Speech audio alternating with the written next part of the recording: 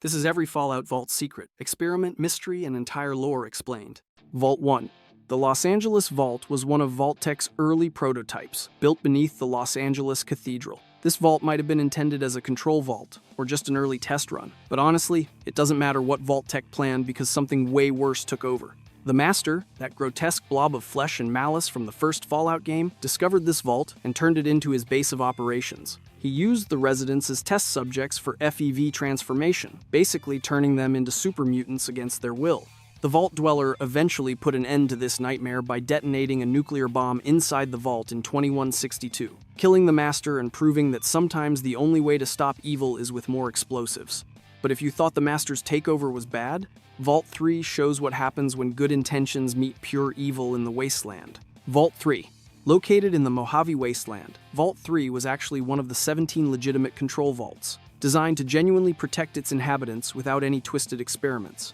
For over 2 centuries, it worked exactly as advertised, keeping its residents safe from the nuclear wasteland outside. The problem came in the 23rd century when a severe water leak forced the Vault Dwellers to open their doors to the outside world. These people had lived in safety for generations, completely naive about the brutal realities of post-war America. When the Fiend's Raider gang discovered the open vault, they didn't see potential allies or trading partners. They saw easy targets. The Raiders systematically slaughtered the innocent Vault Dwellers and took over Vault 3 as their base, turning one of humanity's few success stories into a drug-fueled nightmare den. The irony is devastating. Vault 3 proved that Vault-Tec's technology could actually work when they weren't deliberately sabotaging it, but the post-war world was so hostile that even a functioning vault couldn't protect its residents from human cruelty. Speaking of vaults that actually worked as intended, Vault 8 became one of the Wasteland's greatest success stories. Vault 8? Vault 8 was another control vault, equipped with a Garden of Eden creation kit and designed to open after just 10 years in 2087. But here's where things get interesting.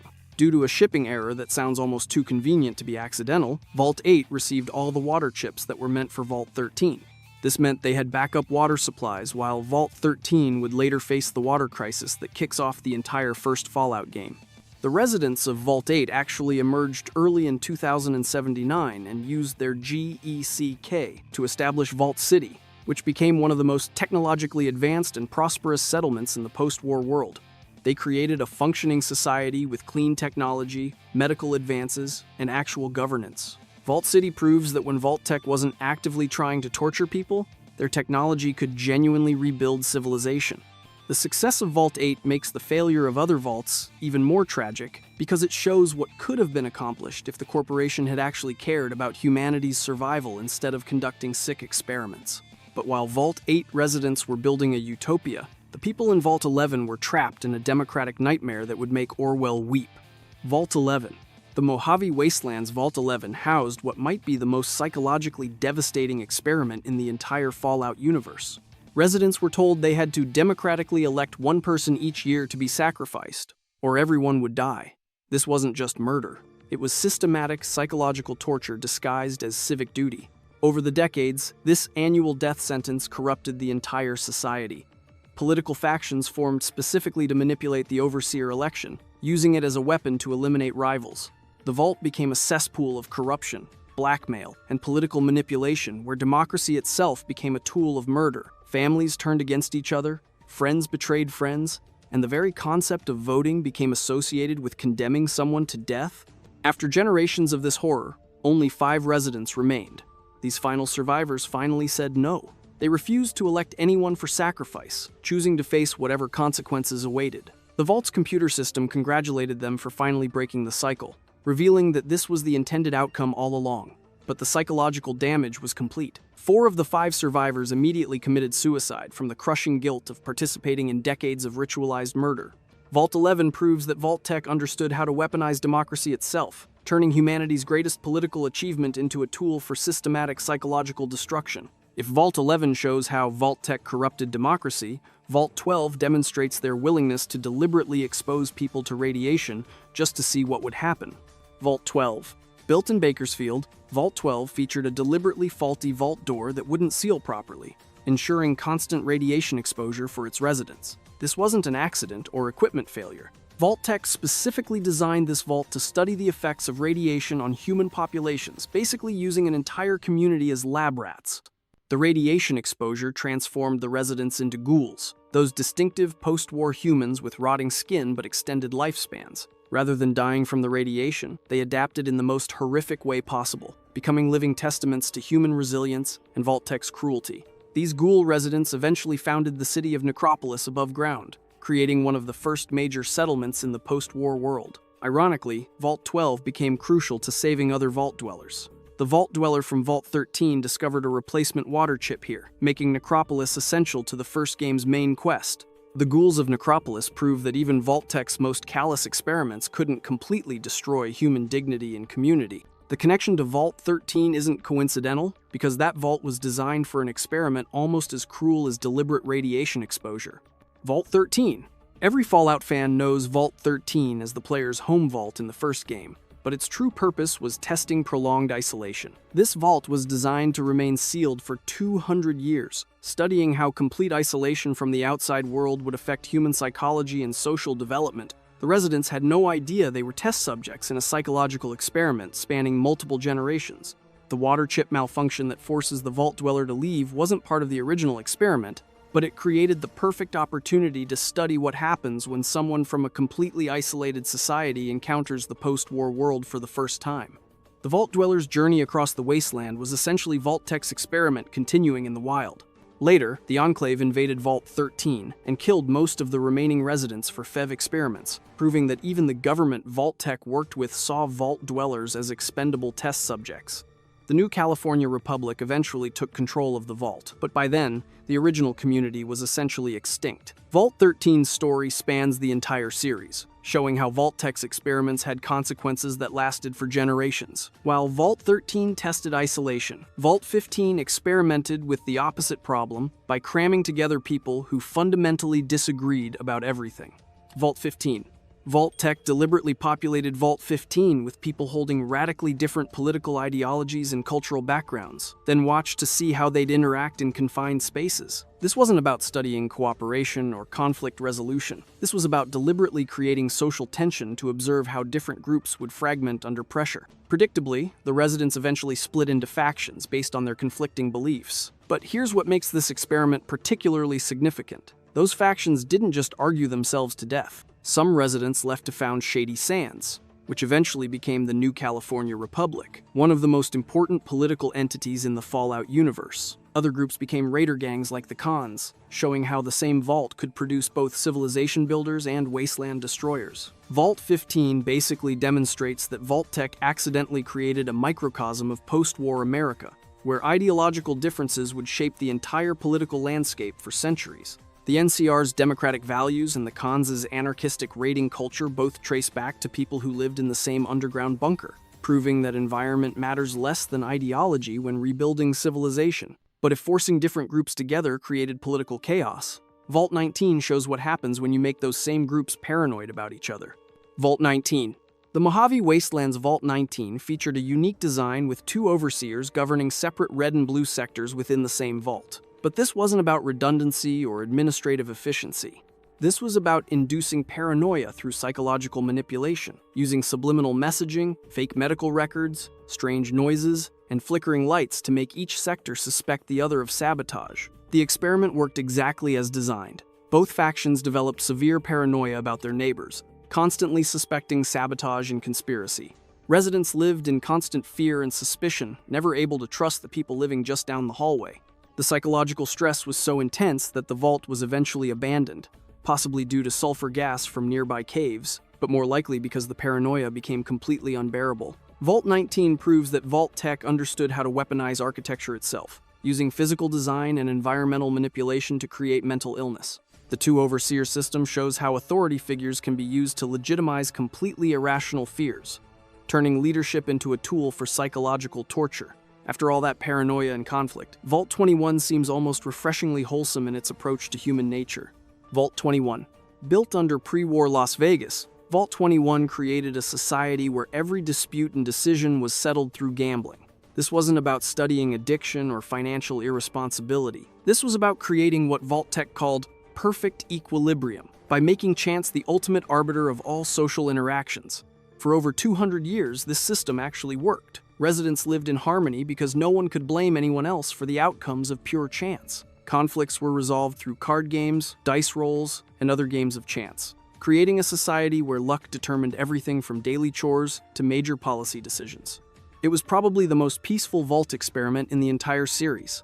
The experiment only ended when Mr. House, who understood the power of gambling better than anyone, won control of the vault through its own systems. He filled most of the vault with concrete and converted the top level into a hotel and casino, essentially absorbing Vault 21 into his New Vegas empire. In a way, this was the perfect ending for a vault based on gambling, because House played the ultimate game and won everything.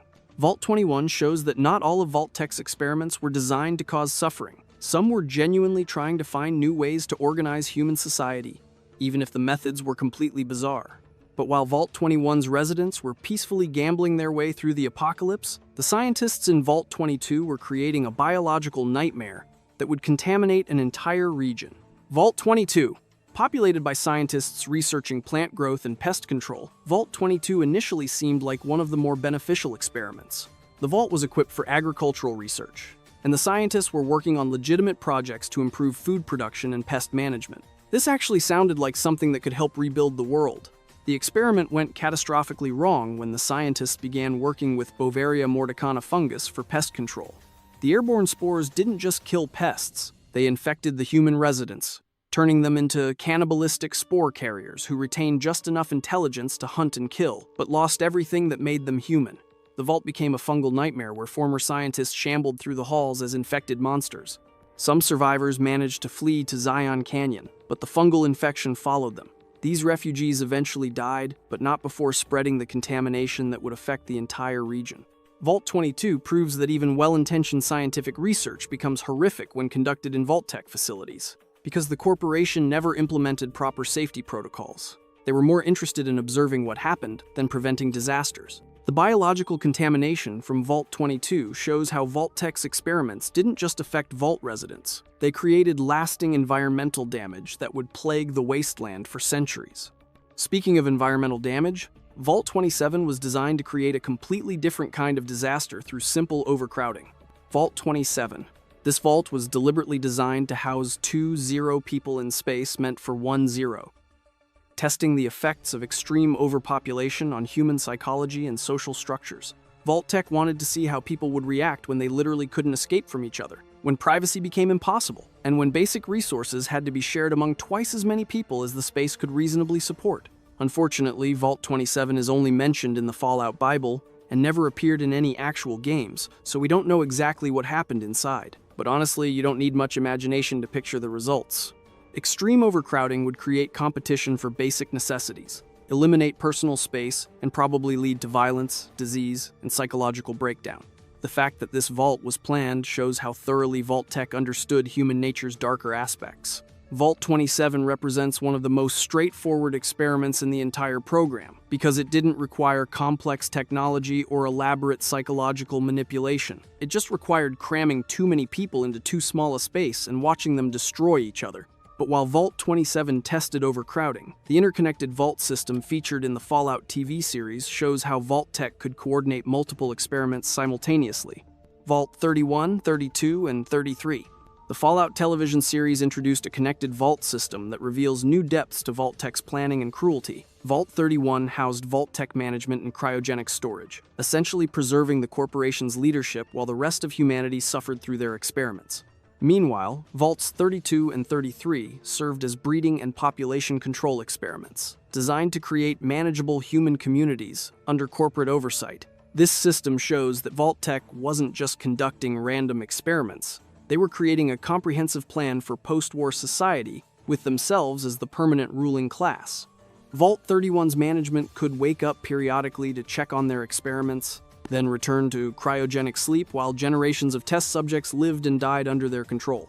Vault 32 suffered a catastrophic failure that wiped out its population, while Vault 33 serves as the main setting for the TV series, where protagonist Lucy eventually emerges to discover the truth about the surface world.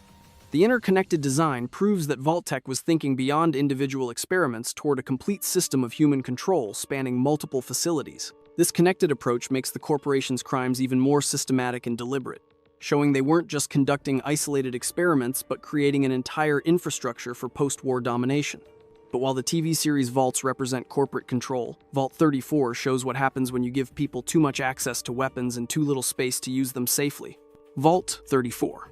Deliberately overstocked with weapons and ammunition while providing limited living space, Vault 34 was designed to test how a heavily armed population would react to overcrowding. Vault-Tec basically created a powder keg by combining two elements guaranteed to create violence: too many people and too many guns. The experiment worked exactly as you'd expect. Overcrowding led to tensions, tensions led to violence, and the abundance of weapons made that violence deadly. When the Overseer tried to lock down the armory to prevent further bloodshed, a faction calling themselves the Boomers decided they'd had enough and left the vault entirely. These Boomers eventually settled at Nellis Air Force Base, where they became the explosives-obsessed faction you can encounter in Fallout New Vegas.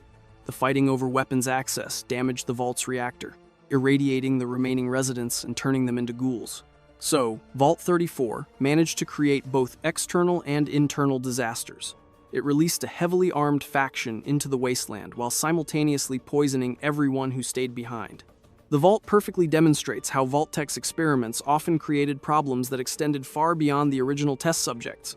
The Boomers' obsession with explosives and their distrust of outsiders directly trace back to their traumatic experience in Vault 34, proving that the psychological damage from these experiments shaped entire cultures in the post-war world. While Vault 34 tested human reactions to weapons access, Vault 51 let an artificial intelligence decide who deserved to live and who deserved to die. Vault 51.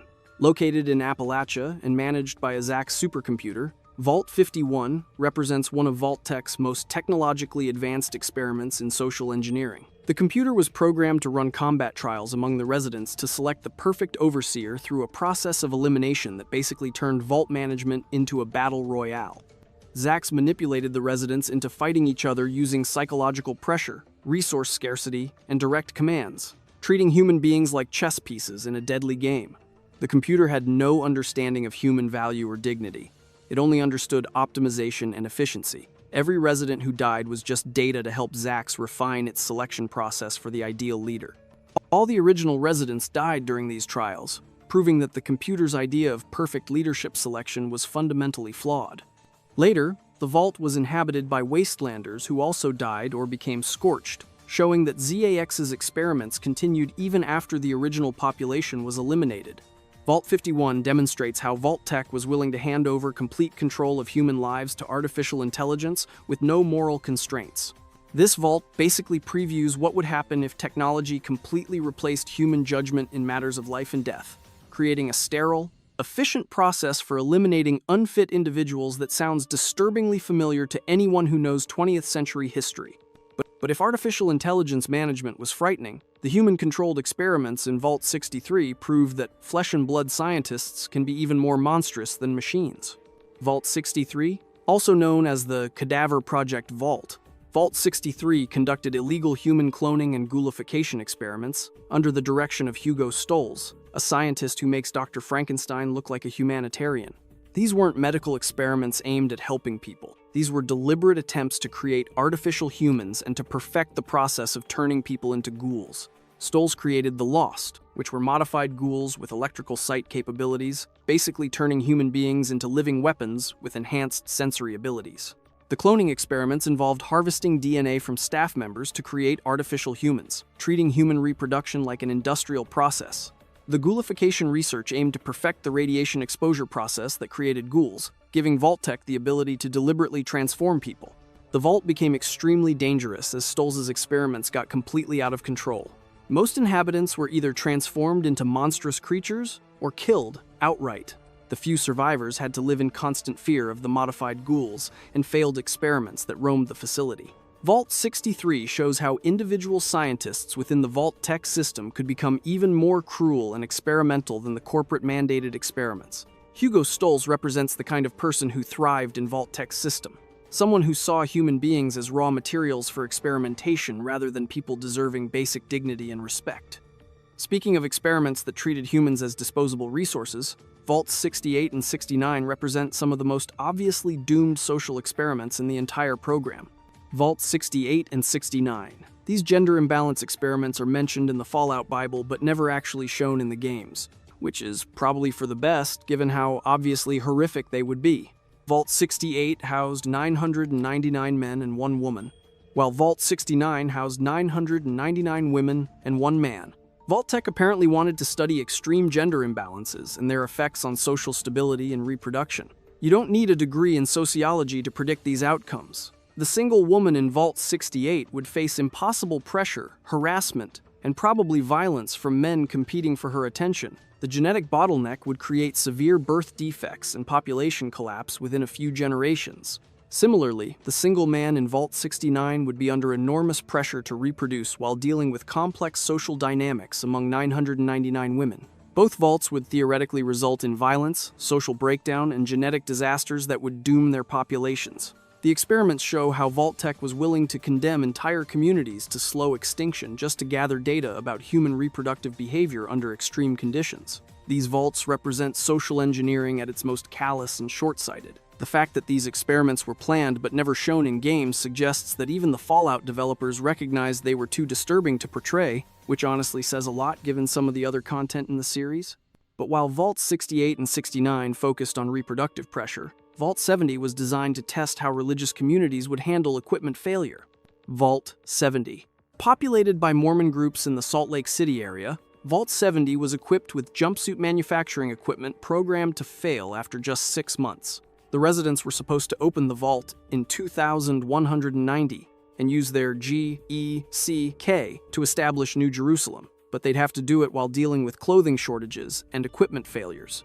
This experiment targeted a specific religious community known for self-reliance, community cooperation, and strong social structures. Vault-Tec wanted to see how these cultural values would hold up when faced with basic equipment failures and resource shortages. The jumpsuit manufacturing failure was designed to create practical problems that would test the community's problem-solving abilities and social cohesion. Vault 70 only appears in the Fallout Bible and was never implemented in any games, so we don't know how the experiment would have played out. But the targeting of a specific religious group shows how Vault-Tec's experiments often focused on particular cultural communities, using their distinct values and social structures as variables in psychological research. The fact that this vault was designed around religious identity shows how thoroughly Vault-Tec understood and exploited American cultural diversity for experimental purposes. But if targeting religious communities seems callous, Vault 75 reveals the true depths of Vault-Tec's willingness to destroy families and children for the sake of eugenics research.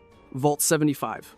Built under Malden Middle School and advertised as a child-friendly shelter, Vault 75 was actually a eugenics program designed to execute parents and transform children into perfect specimens for genetic harvesting. Families entered thinking they were saving their children from nuclear war. Instead, they were delivering their kids directly to Vault-Tec's most monstrous experiment. Upon entry, all parents were immediately murdered while their children were told they had died from radiation exposure. The children then underwent brutal training and testing designed to identify the most physically and mentally superior specimens. This wasn't education or child development.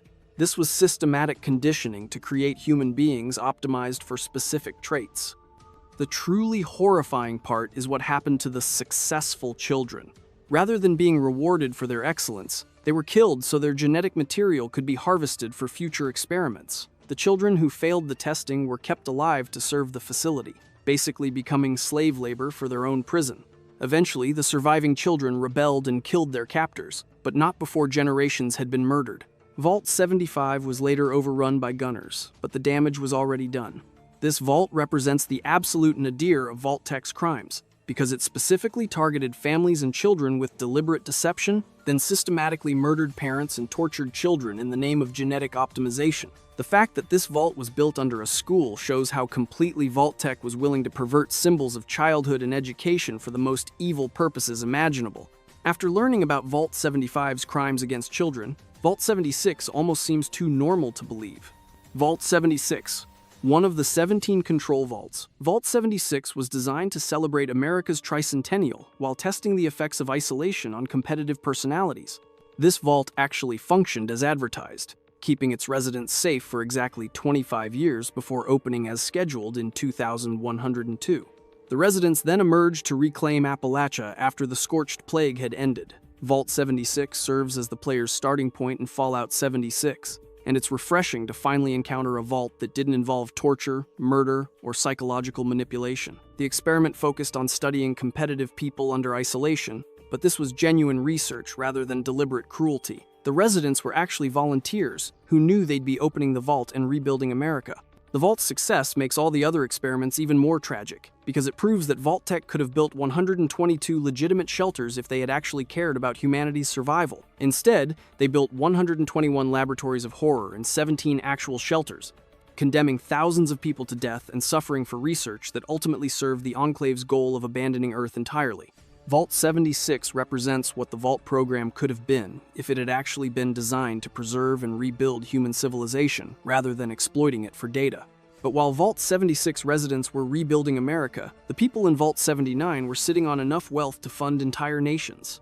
Vault 79, secretly containing the United States gold reserves transferred from Fort Knox, Vault 79 wasn't really about protecting people. It was about protecting America's wealth for whoever would control the post-war government. This vault basically served as an underground Fort Knox, ensuring that the nation's gold would survive nuclear war even if the nation itself didn't. The gold reserves created constant power struggles among the vault residents, because everyone understood they were sitting on unimaginable wealth while the outside world struggled with bottle caps as currency. The presence of so much valuable material turned the vault into a pressure cooker of greed and political maneuvering, with different factions fighting for control of resources that could reshape the entire wasteland economy. In Fallout 76, players eventually gain access to Vault 79 and must decide how to distribute the gold reserves among various factions, essentially determining the economic future of Appalachia. The Vault shows how Vault-Tec was planning for post-war economic control as much as social control, ensuring that whoever inherited their legacy would have the financial resources to dominate rebuilt civilization. Vault 79 proves that Vault-Tec wasn't just conducting experiments for scientific knowledge. They were positioning themselves to control every aspect of post-war society, from social structures to economic systems. But while Vault 79 hoarded wealth, Vault 81 was supposed to be conducting medical research that could actually help people. Vault 81, designed as a disease research facility with a hidden experimental section, Vault 81 was supposed to expose residents to diseases and radiation to study mutations and develop cures. This actually sounds like legitimate medical research that could benefit humanity. But of course, Vault-Tec found a way to make it horrific by using unwitting test subjects instead of informed volunteers. The experiment failed because Chief Scientist Kenneth Collins refused to follow orders and sealed off the disease research area rather than exposing innocent people to pathogens. The main vault then functioned normally for over 200 years, becoming one of the few vault communities to actually thrive without outside interference. The secret research area was overrun by infected mole rats, but the residents remained safe. In Fallout 4, the player can help cure a child named Austin who becomes infected, showing how the vault's medical expertise was ultimately used to save lives rather than take them. The vault's doctor, Olivet, represents what Vault-Tec scientists could have accomplished if they had been allowed to follow ethical medical practices instead of corporate mandates for human experimentation. Vault 81 demonstrates that individual conscience could sometimes overcome institutional evil, because one scientist's refusal to conduct unethical experiments saved an entire community from decades of medical torture. But while Vault 81's scientists prevented disease experiments, the researchers in Vault 87 enthusiastically embraced biological warfare research with results that would terrorize the wasteland for centuries. Vault 87. Created through a partnership between Vault-Tec and the US military, Vault 87 was designed to test the forced evolutionary virus on human subjects to create super soldiers. This wasn't a civilian experiment that got out of hand. This was deliberate collaboration between corporate and military interests to develop biological weapons using unwilling human test subjects. The FEV experiments created numerous super mutants through forced viral infection, turning normal people into massive, often sterile creatures with enhanced strength but diminished intelligence. The transformation process was agonizing and irreversible, essentially murdering the person while keeping their body alive as a weapon. Most super mutants retained enough memory to know they had been human, making their existence a form of living hell. Eventually, the super mutants overpowered their creators, killed the scientists, and took over the vault completely. They turned Vault 87 into a super mutant factory, kidnapping wastelanders and forcing them through FEV transformation to create more of their kind.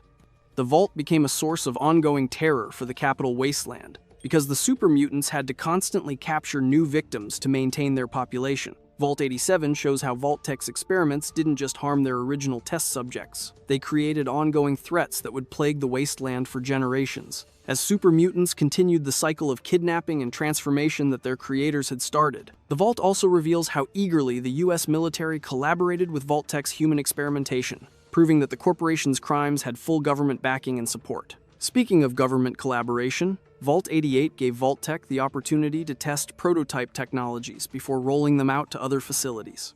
Vault 88. Located at Quincy Quarries, Vault 88 served as a testing facility for prototype devices and technologies that would later be distributed to other vaults. This was basically Vault-Tec's research and development laboratory, where they could experiment with new forms of psychological manipulation and social control before implementing them on a larger scale. Construction was never completed when the bombs fell, leaving Vault 88 as an unfinished facility filled with experimental equipment. In Fallout 4's Vault-Tec Workshop DLC, the player can actually complete the vault and conduct experiments on settlers, essentially becoming a Vault-Tec overseer and experiencing the experiment design process firsthand. The DLC allows players to build devices that can manipulate settler happiness, health, and behavior through various forms of psychological conditioning. You can create exercise bikes that drug riders, slot machines that condition gambling behavior, and other devices that would fit perfectly into Vault-Tec's catalog of human manipulation tools. Vault 88 is unique because it lets players experience the moral choices that Vault-Tec scientists faced every day. You can choose to use the experimental equipment ethically to actually help your settlers, or you can embrace the corporation's legacy and conduct psychological experiments on unwilling subjects. The DLC basically asks whether you'd become complicit in Vault-Tec's crimes if given the opportunity. But while Vault 88 let scientists test new torture devices, Vault 92 used one of humanity's most beautiful achievements as a weapon against the human mind. Vault 92.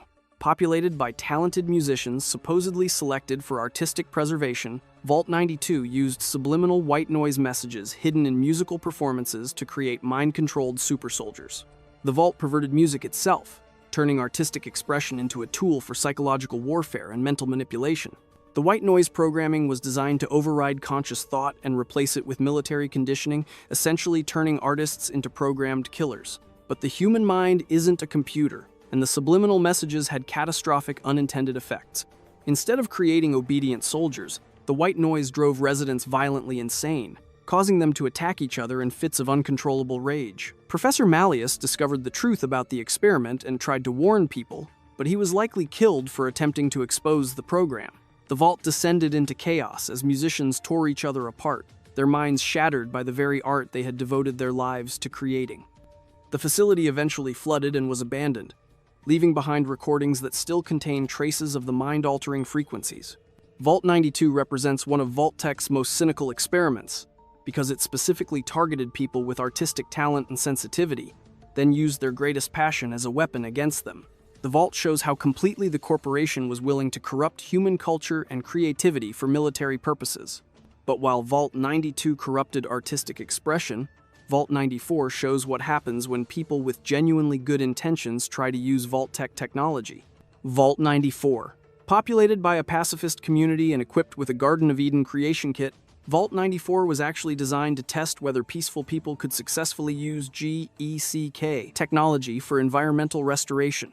This experiment started with genuinely good intentions and actually succeeded for years, with the pacifist residents creating thriving agricultural systems and environmental restoration projects. The disaster came from outside when a delegation visiting the Vault accidentally detonated the GECK with a minigun. This wasn't sabotage or deliberate destruction. It was a tragic accident that shows how dangerous Vault-Tec's technology could be, even when used by well-meaning people. The GECK explosion caused massive radiation exposure and triggered a strangler vine outbreak that created the entire Mire region. Vault 94 proves that even when Vault-Tec technology worked as intended and was operated by people with the best possible intentions, it could still create environmental disasters that would last for centuries. The pacifist community's success at agriculture and environmental restoration makes their accidental destruction even more tragic, because they represented one of the few genuinely positive uses of Vault technology.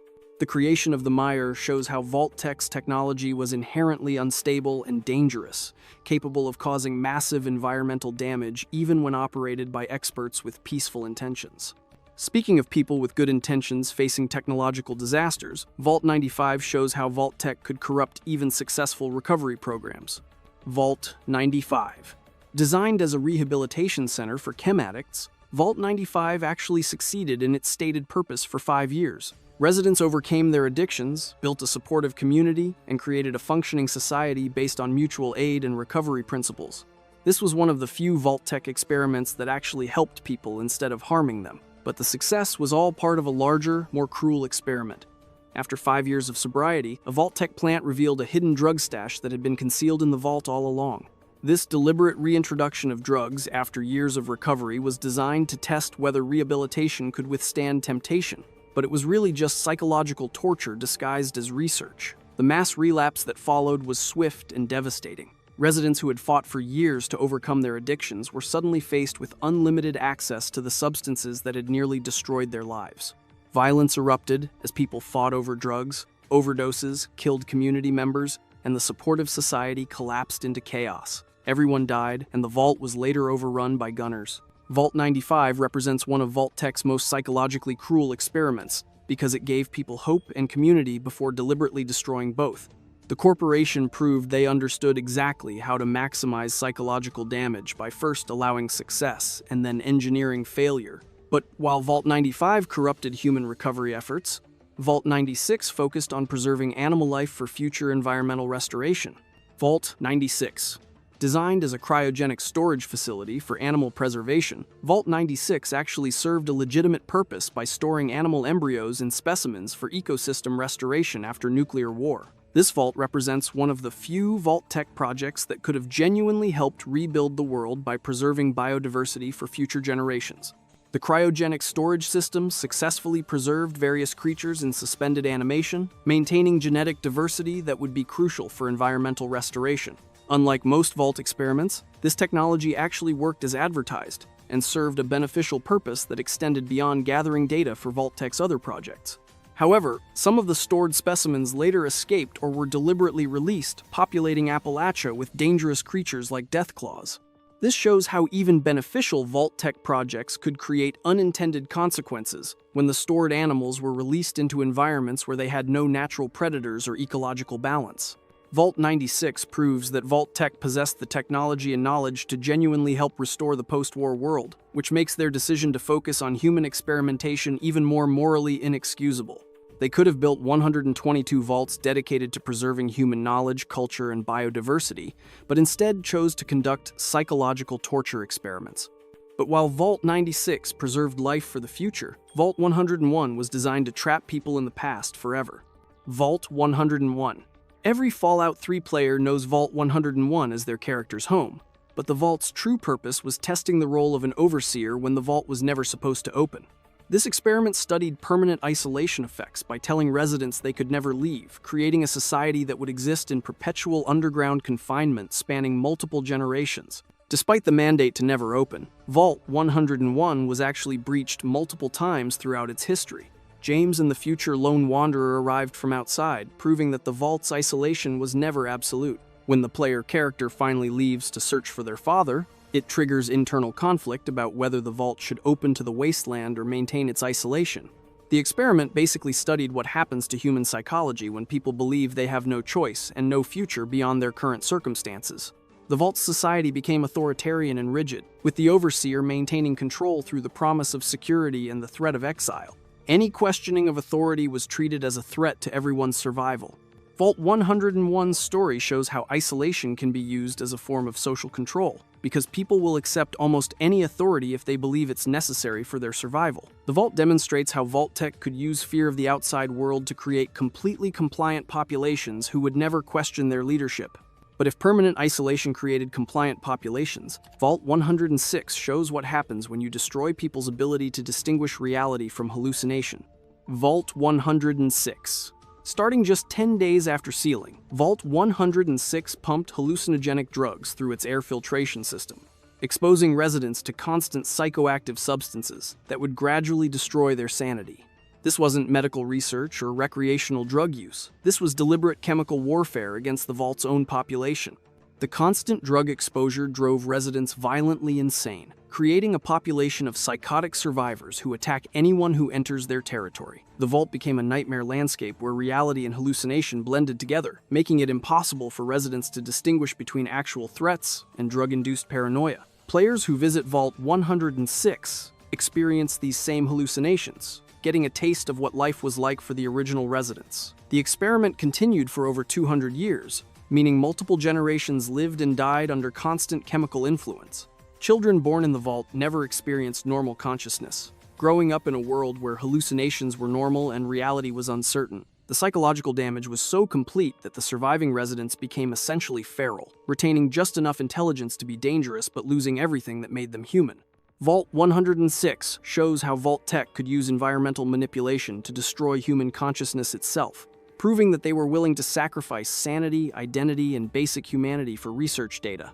But while Vault 106 destroyed individual identity through drugs, Vault 108 eliminated individuality through mass cloning.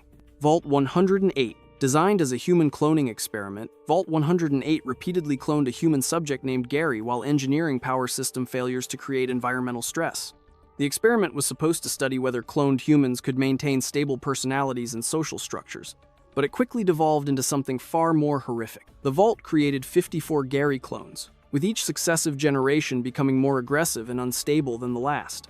The clones retained the original Gary's memories and basic personality, but the cloning process introduced psychological deterioration that compounded with each iteration. The early clones might have seemed relatively normal, but the later ones were violent and barely functional.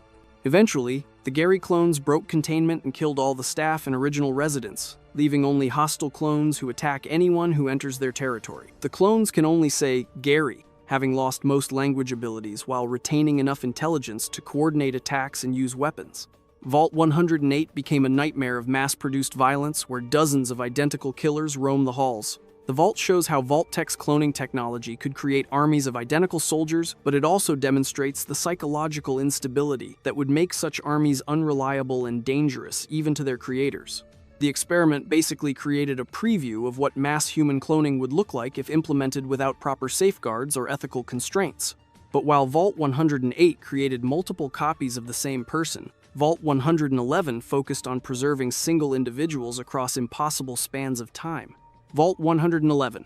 Every Fallout 4 player starts their journey in Vault 111, but most don't realize they were unwitting test subjects in a cryogenic freezing experiment.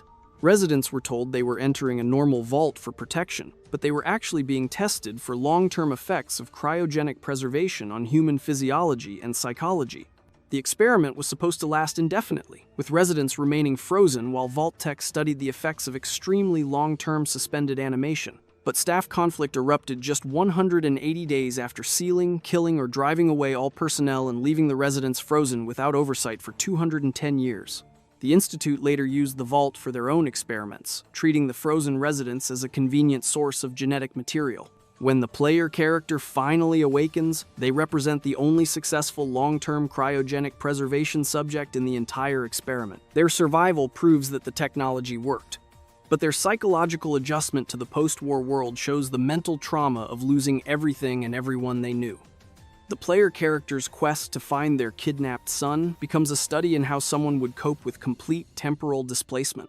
Vault 111 demonstrates that even Vault-Tec's more technologically impressive experiments were conducted without informed consent and abandoned when they became inconvenient for the corporation. The Vault shows how human beings were treated as disposable test subjects, even in experiments that could have genuinely benefited humanity. Speaking of experiments that could have benefited humanity, Vault 112 took the promise of virtual reality and turned it into a tool for psychological torture.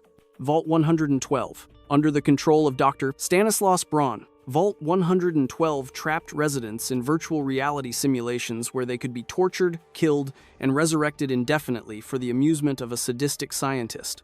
The Tranquility Lane simulation appeared to be a peaceful 1950s suburban neighborhood, but it was actually a prison where Braun could play God with human consciousness. For over 200 years, Braun repeatedly tortured the residents for entertainment, wiping their memories between sessions and killing them virtually before bringing them back to life.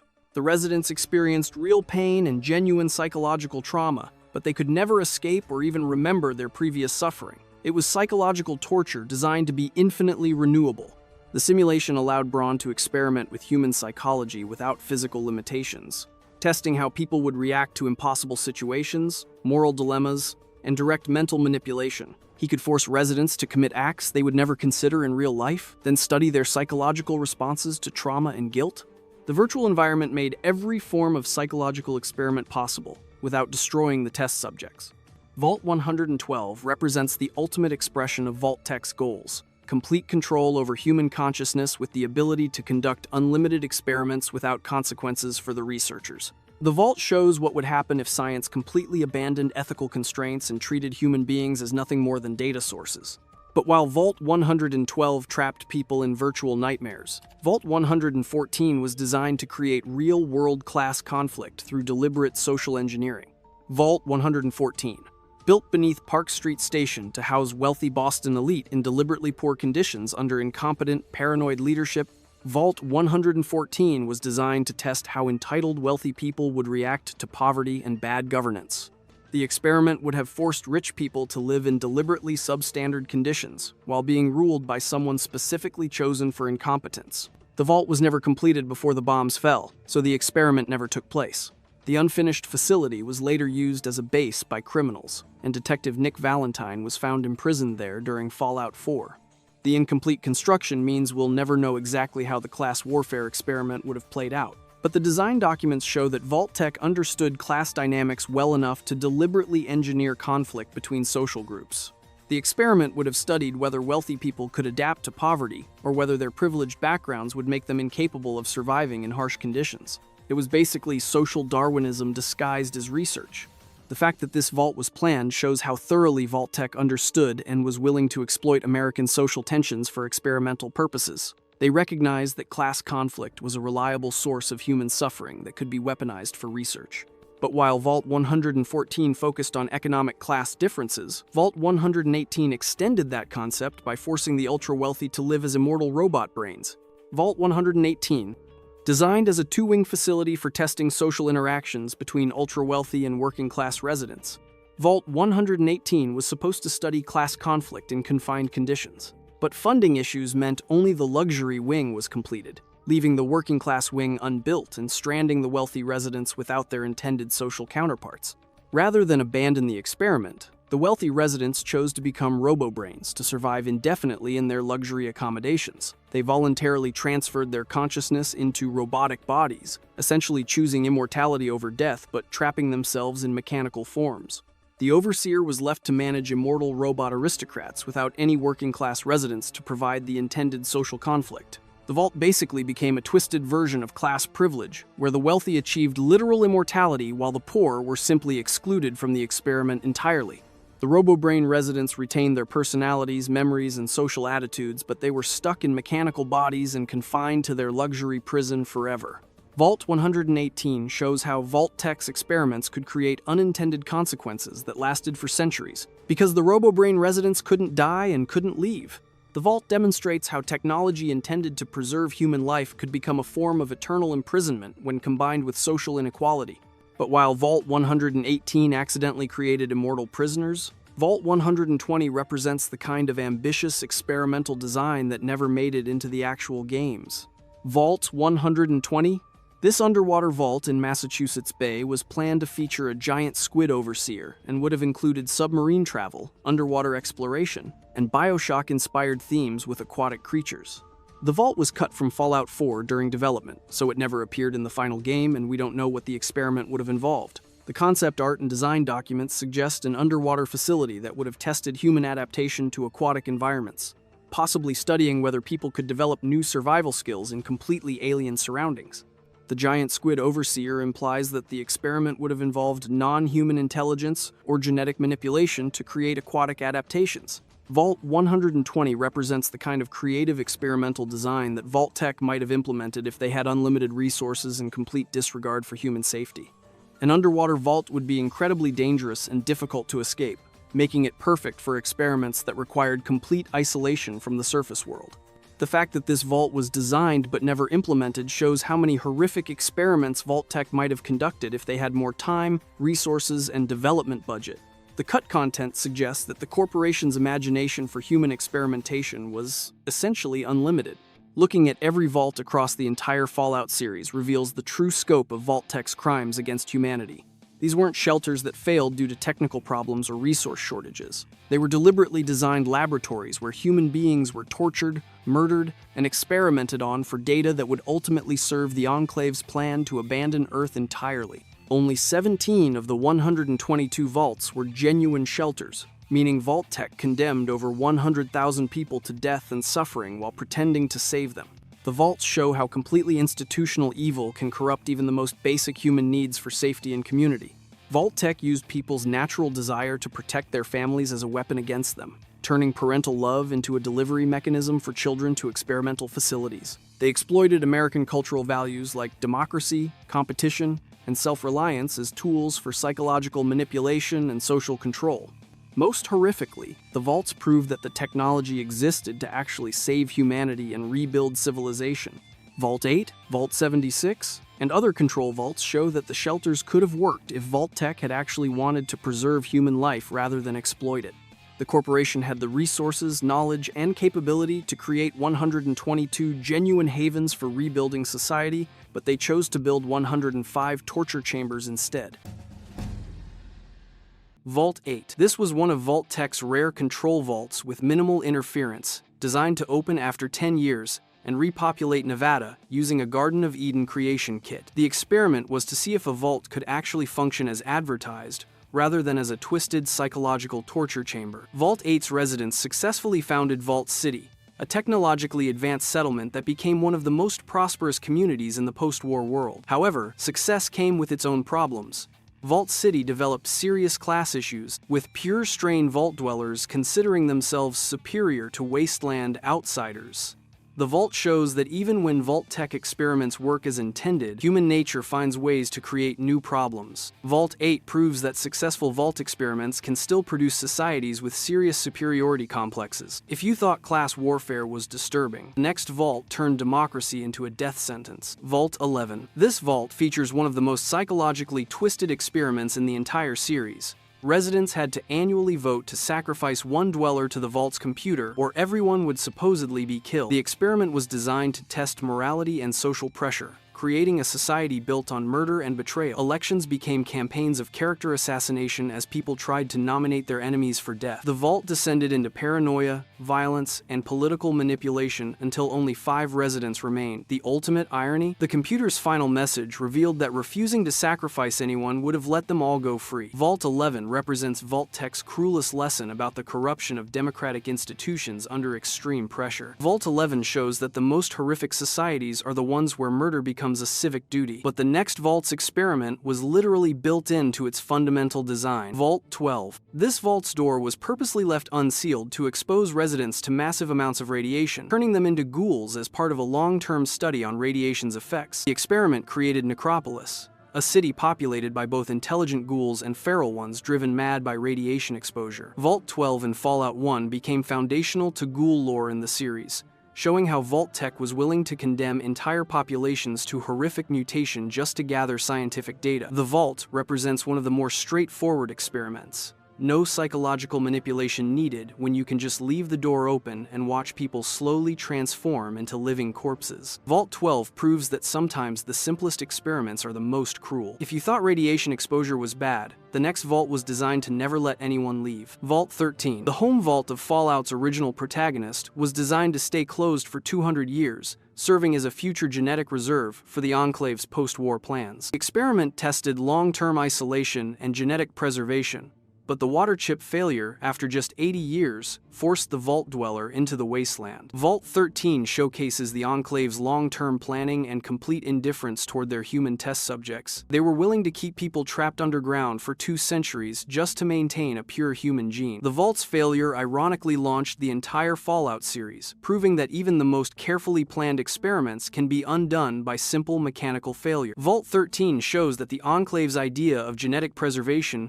was basically a 200-year prison sentence, but the next vault decided to pack as much conflict as possible into one space. Vault 15. This vault was populated with residents chosen for extreme ideological diversity and designed to stay closed for 50 years. The experiment tested how different belief systems would interact under pressure, and the results were exactly as violent as you'd expect. 4 major factions eventually splintered off from the vault, including the founders of both the Khans Raider tribe and the New California Republic. Vault 15 demonstrates Vault-Tec's understanding that ideological differences become exponentially more dangerous in confined spaces. The vault essentially became a pressure cooker for political extremism, proving that diversity without common ground leads to inevitable conflict. Vault 15 proves that putting people with opposite worldviews in a confined space creates future warlords and politicians. If you thought ideological conflict was destructive, the next vault's fate remains largely mysterious. Vault 17. Details about this vault's experiment are mostly unknown, but all residents were reportedly abducted by super mutants from the Master's army in Fallout 1. The vault is connected to Lily Bowen's tragic backstory in New Vegas. She was transformed from a grandmother into a Nightkin super mutant. Vault 17 represents one of the series' unsolved mysteries. We know something terrible happened, but the specific experiment remains hidden. The vault shows how some of Vault-Tec's experiments were interrupted by external forces, though the residents probably didn't consider super mutant abduction an improvement over whatever psychological torture was planned. Vault 17 shows that sometimes being kidnapped by super mutants is preferable to completing a Vault-Tec experiment. But the next vault decided to turn architecture into psychological warfare. Vault 19. This vault was divided into red and blue sectors to foster paranoia and rivalry between different groups of residents. The experiment tested how artificial divisions and color-coded tribalism would affect a closed society, and the results were predictably violent. The vault eventually collapsed from internal conflict as residents fought over imaginary differences created by nothing more than room assignments. Vault 19 in New Vegas demonstrates how easily people can be manipulated into hating each other over completely arbitrary distinctions. The experiment shows that humans will find ways to create conflict even when they have no real reasons to fight. Vault 19 proves that people will literally kill each other over the color of their living quarters. If you thought color-based warfare was absurd, the next vault turned every decision into a game of chance. Vault 21. This vault required all disputes to be resolved through gambling and games of chance rather than violence or democratic processes. The experiment tested whether a society based entirely on luck could function, and it actually worked surprisingly well until Robert House won the entire vault in a card game. The vault was eventually converted into a casino hotel in New Vegas, making it one of the few vault experiments that continued operating in its original form. Vault 21 represents Vault-Tec's exploration of alternative governance systems, showing that sometimes random chance produces better results than human judgment. Vault 21 shows that a society based on pure luck somehow works better than most political systems. But the next vault decided to experiment with agriculture in the most dangerous way possible. Vault 22. This vault was dedicated to cultivating aggressive, genetically enhanced crops designed to resist harsh post-apocalyptic conditions. The agricultural experiment went horribly wrong when the enhanced plants unleashed a devastating spore infection that killed or transformed the entire vault population. Vault 22 in New Vegas is now overrun by deadly plant creatures and filled with toxic spores that turn people into plant-human hybrids. The vault represents Vault-Tec's willingness to weaponize nature itself, showing how attempts to improve food production can create biological nightmares instead. Vault 22 proves that playing God with agriculture creates killer plants that make regular radiation seem friendly. If you thought murderous plants were bad, the next vault decided to test human limits through simple overcrowding. Vault 27. This vault was crammed with 2-0 people instead of its intended capacity of 1-0, creating an overcrowding experiment that tested resource scarcity and social pressure. The results were exactly what you'd expect. Resource shortages led to rioting, social collapse, and death as residents fought over food, water, and living space. Vault 27 demonstrates that sometimes the most effective experiments are the simplest ones. You don't need elaborate psychological manipulation when you can just pack too many people into a small space and watch them tear each other apart. The vault shows how quickly civilization breaks down when basic needs aren't met. But the next vault decided to remove adults from the equation entirely. Vault 29. This vault only allowed children under 15 to enter, with all adults barred from residence. The children were raised by an AI called Mother Eve in an experiment studying youth development without adult guidance. Vault 29 represents one of Vault-Tec's most ethically questionable experiments, essentially orphaning hundreds of children to see how they'd develop in isolation. The experiment tested whether artificial intelligence could successfully replace human parenting and social structures. The Vault's ultimate fate remains uncertain. It demonstrates how Vault-Tec was willing to sacrifice entire generations of children for scientific data. If you thought AI parenting was disturbing, the next Vault decided to arm everyone and see what happened. Vault 34. This Vault's armory was deliberately overstocked with weapons and ammunition, but featured a faulty door that could easily open, allowing residents to leave whenever they wanted. The experiment tested the effects of excessive militarization on a supposedly sealed society. Internal conflict eventually broke out as heavily armed factions fought for control, and radiation leaks from the damaged reactor killed or mutated most of the population. Vault 34 demonstrates how access to unlimited firepower combined with cabin fever creates the perfect recipe for civil war. But the next Vault took deprivation to its most basic level. Vault 36. This Vault provided only thin, watery gruel as food for all residents, creating a chronic hunger experiment that tested malnutrition's effects on society. The residents faced constant hunger, malnutrition, and the psychological stress of never having a satisfying meal. Vault 36 represents Vault-Tec's exploration of basic human needs. What happens when you meet the absolute minimum calorie requirements but provide no food satisfaction or variety? The experiment tested whether a society could function when its members were technically alive but constantly miserable from hunger. The Vault shows how quickly social bonds break down when everyone is always thinking about their next meal. If you thought bad food was depressing, the next Vault literally kept everyone in the dark. Vault 42. This Vault permitted no light bulbs greater than 40 watts, forcing residents to live in constant dimness. The experiment tested the long-term effects of extreme low-light conditions and sensory restriction on human psychology. Residents suffered from chronic frustration, depression, and negative psychological impacts from never experiencing proper lighting. Vault 42 demonstrates how something as simple as inadequate lighting can become psychological torture when extended indefinitely. The Vault shows that Vault-Tec understood how environmental factors could be weaponized against human well-being without any obvious mechanical devices or chemicals. But the next Vault decided to add a wild card to the social experiment. Vault 43. This Vault was populated with 20 men, 10 women, and 1 panther, creating what's considered a deliberately absurd scenario to test how residents would cope with a wild predator in their midst. The experiment's outcome is unclear, but it represents Vault-Tec's willingness to introduce completely unpredictable variables into their social studies. Vault 43 shows how the company wasn't above adding literal wild animals to their human experiments, possibly just to see if desperate people could find ways to coexist with apex predators. The Vault demonstrates that some experiments were designed more for shock value than scientific merit. Vault 43 proves that Vault-Tec thought adding a panther to any social situation would make it more interesting. If you thought wild animals were chaotic, the next Vault let artificial intelligence play deadly games with human leadership. Vault 51. This Vault replaced traditional human oversight with a Zax-class AI that manipulated residents into constant competitions to determine leadership fitness.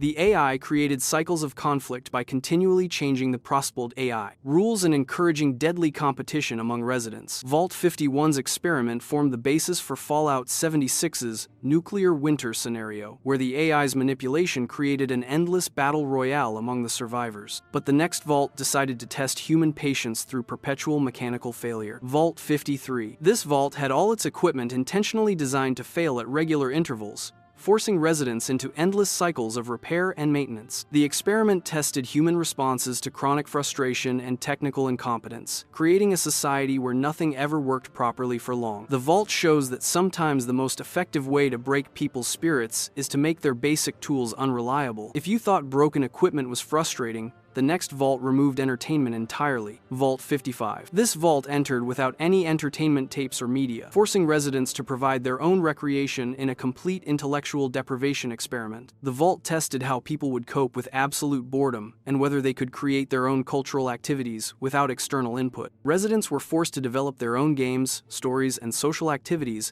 while dealing with the psychological strain of monotony. Vault 55 represents Vault-Tec's understanding that entertainment isn't just luxury, it's essential for mental health. The experiment shows how quickly people deteriorate when they have nothing to distract them from their circumstances. But the next Vault decided that bad entertainment was worse than no entertainment. Vault 56. This Vault contained only entertainment tapes of a single terrible comedian, forcing residents to endure the same awful comedy routines repeatedly. The experiment tested whether bad cultural input was worse than no input at all, subjecting people to comedy so unfunny it became torture. Vault 56 represents the logical extension of Vault 55's experiment, proving that humans need quality entertainment, not just noise to fill the silence. If you thought bad entertainment was cruel, the next vault created extreme gender imbalances. Vault 68. This vault was populated with 999 men and just one woman, creating a severe gender imbalance that resulted in social, psychological, and genetic crises.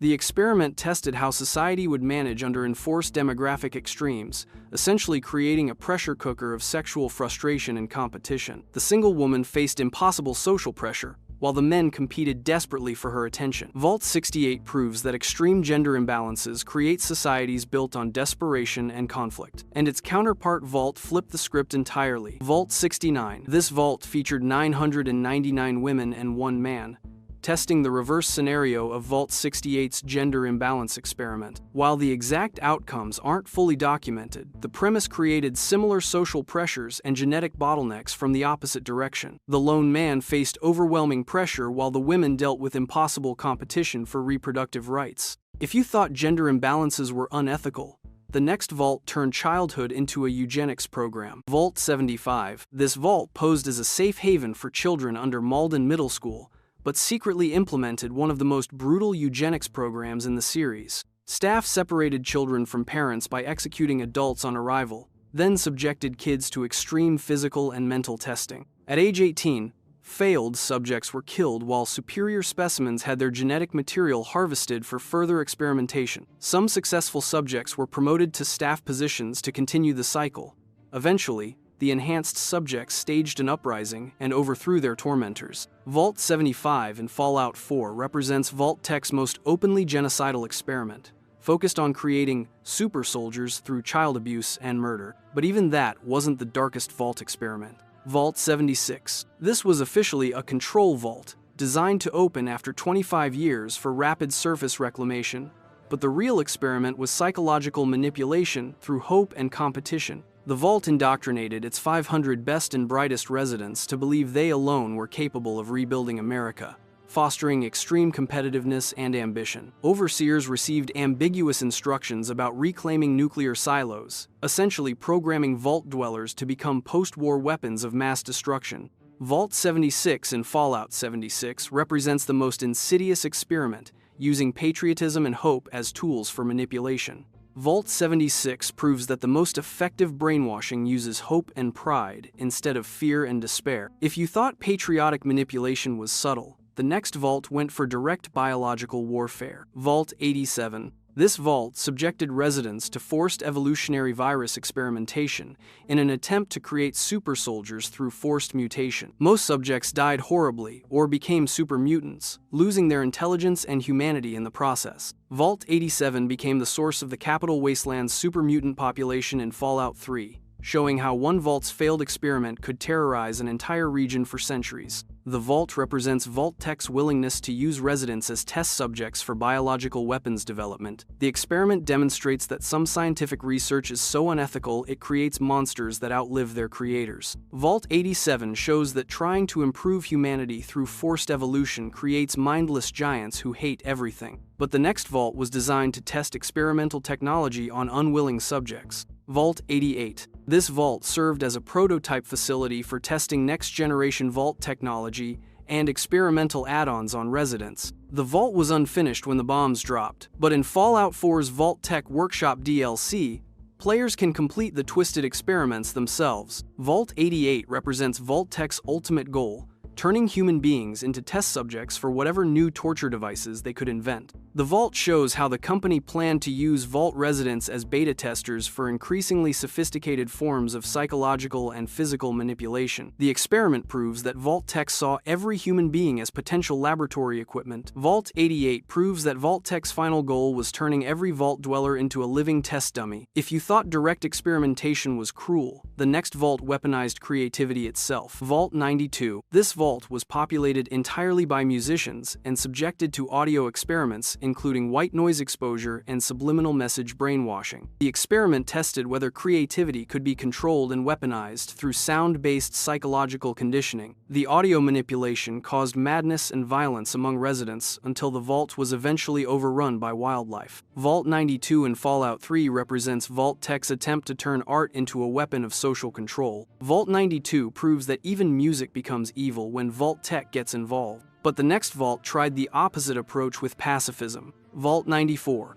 This vault was designed as a social experiment featuring a pacifist, communal society where no weapons were allowed, and all residents were taught to reject violence completely. The experiment tested whether pure non-violence could survive in the post-apocalyptic world, and the results were tragically predictable. Most residents perished after repeated external attacks and internal strife when their idealistic principles met wasteland reality. Vault 94 in Fallout 76 serves as a tragic example of how noble ideals often can't survive contact with brutal circumstances. The vault shows that Vault-Tech was interested in testing the limits of human goodness as much as human evil. If you thought testing pacifism was cruel, the next vault weaponized addiction recovery. Vault 95. This vault housed former drug addicts trying to recover from their addictions, but after several years of successful rehabilitation, a large stash of chems was revealed to study relapse rates. The experiment deliberately sabotaged people's recovery efforts to observe how addiction would reassert itself under pressure.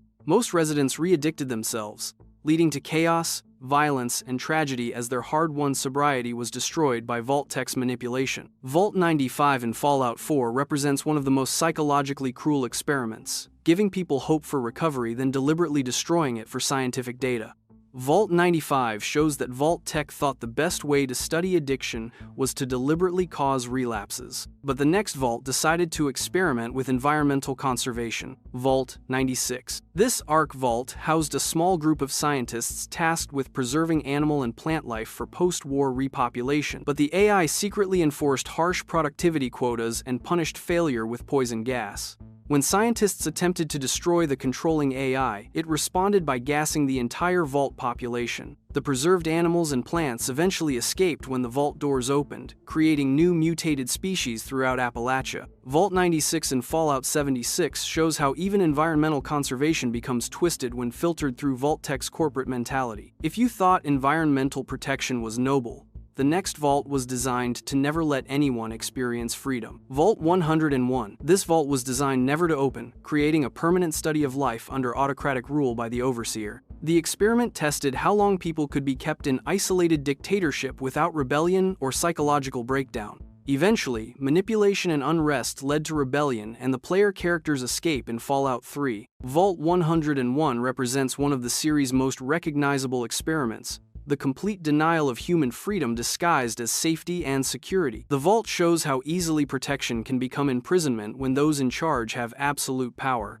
But the next vault decided to drive everyone insane with chemistry. Vault 106. This vault released psychoactive drugs into the air supply after just 10 days, causing residents to experience hallucinations and violent behavior without any warning or explanation. The experiment tested the effects of involuntary chemical manipulation on human psychology and social structure. Inhabitants became completely deranged, with drug-induced hallucinations leading to violence and the complete breakdown of society. Vault 106 in Fallout 3 represents one of the most straightforward experiments: chemical warfare against the vault's own residents. The vault shows how quickly civilization collapses when reality becomes unreliable. If you thought chemical manipulation was horrific, the next vault created an army of clones. Vault 108. This vault featured a cloning lab that produced dozens of mentally unstable clones named Gary, while the Overseer was given terminal cancer and the power systems were designed to fail halfway through operation. The experiment tested what would happen when cloning technology was left unsupervised in a failing system. The Gary clones eventually overwhelmed the scientific staff and killed most residents, now wandering the vault, endlessly repeating their own name. Vault 108 in Fallout 3 demonstrates how cloning experiments become horror shows when combined with inadequate oversight and failing infrastructure.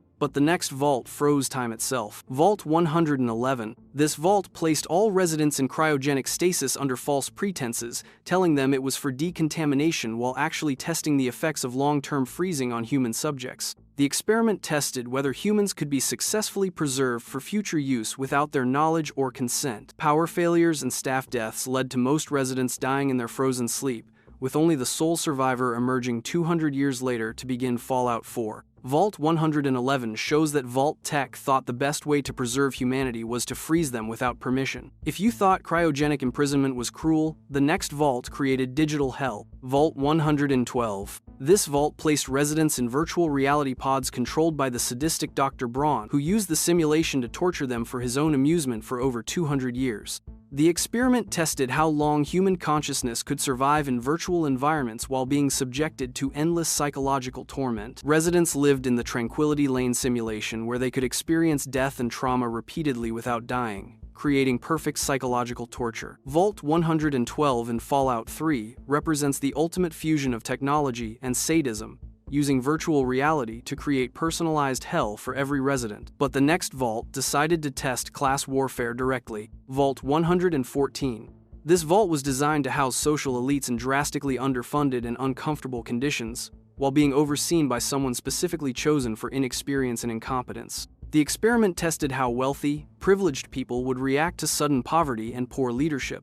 The vault was never fully occupied when the Great War began, but it represents Vault-Tec's interest in studying class conflict and social reversal. Vault 114 proves that Vault-Tec thought the best way to study privilege was to take it away and watch people suffer. And finally, the most openly elitist experiment, Vault 118. This vault provided ultimate luxury to a handful of wealthy and creative residents, while others served as their staff, testing class conflict and division within a closed system. The experiment examined whether extreme inequality could be maintained indefinitely in confined spaces. In Fallout 4's Far Harbor DLC, the Vault has become a murder mystery setting among the roboticized upper class, who continue their class-based society even after death. Vault 118 represents Vault-Tec's study of how economic inequality functions under extreme conditions, proving that class warfare continues even when everyone is technically dead. From democracy turned deadly to virtual reality torture chambers, Vault-Tec's experiments represent the systematic study of every possible way to break human society. Each vault tested different variables: overcrowding, isolation, chemical manipulation, artificial scarcity, technological dependence, and social engineering to determine how much suffering humans could endure before civilization collapsed. The vaults prove that the most dangerous enemy of humanity isn't radiation or mutants, but human curiosity without moral boundaries.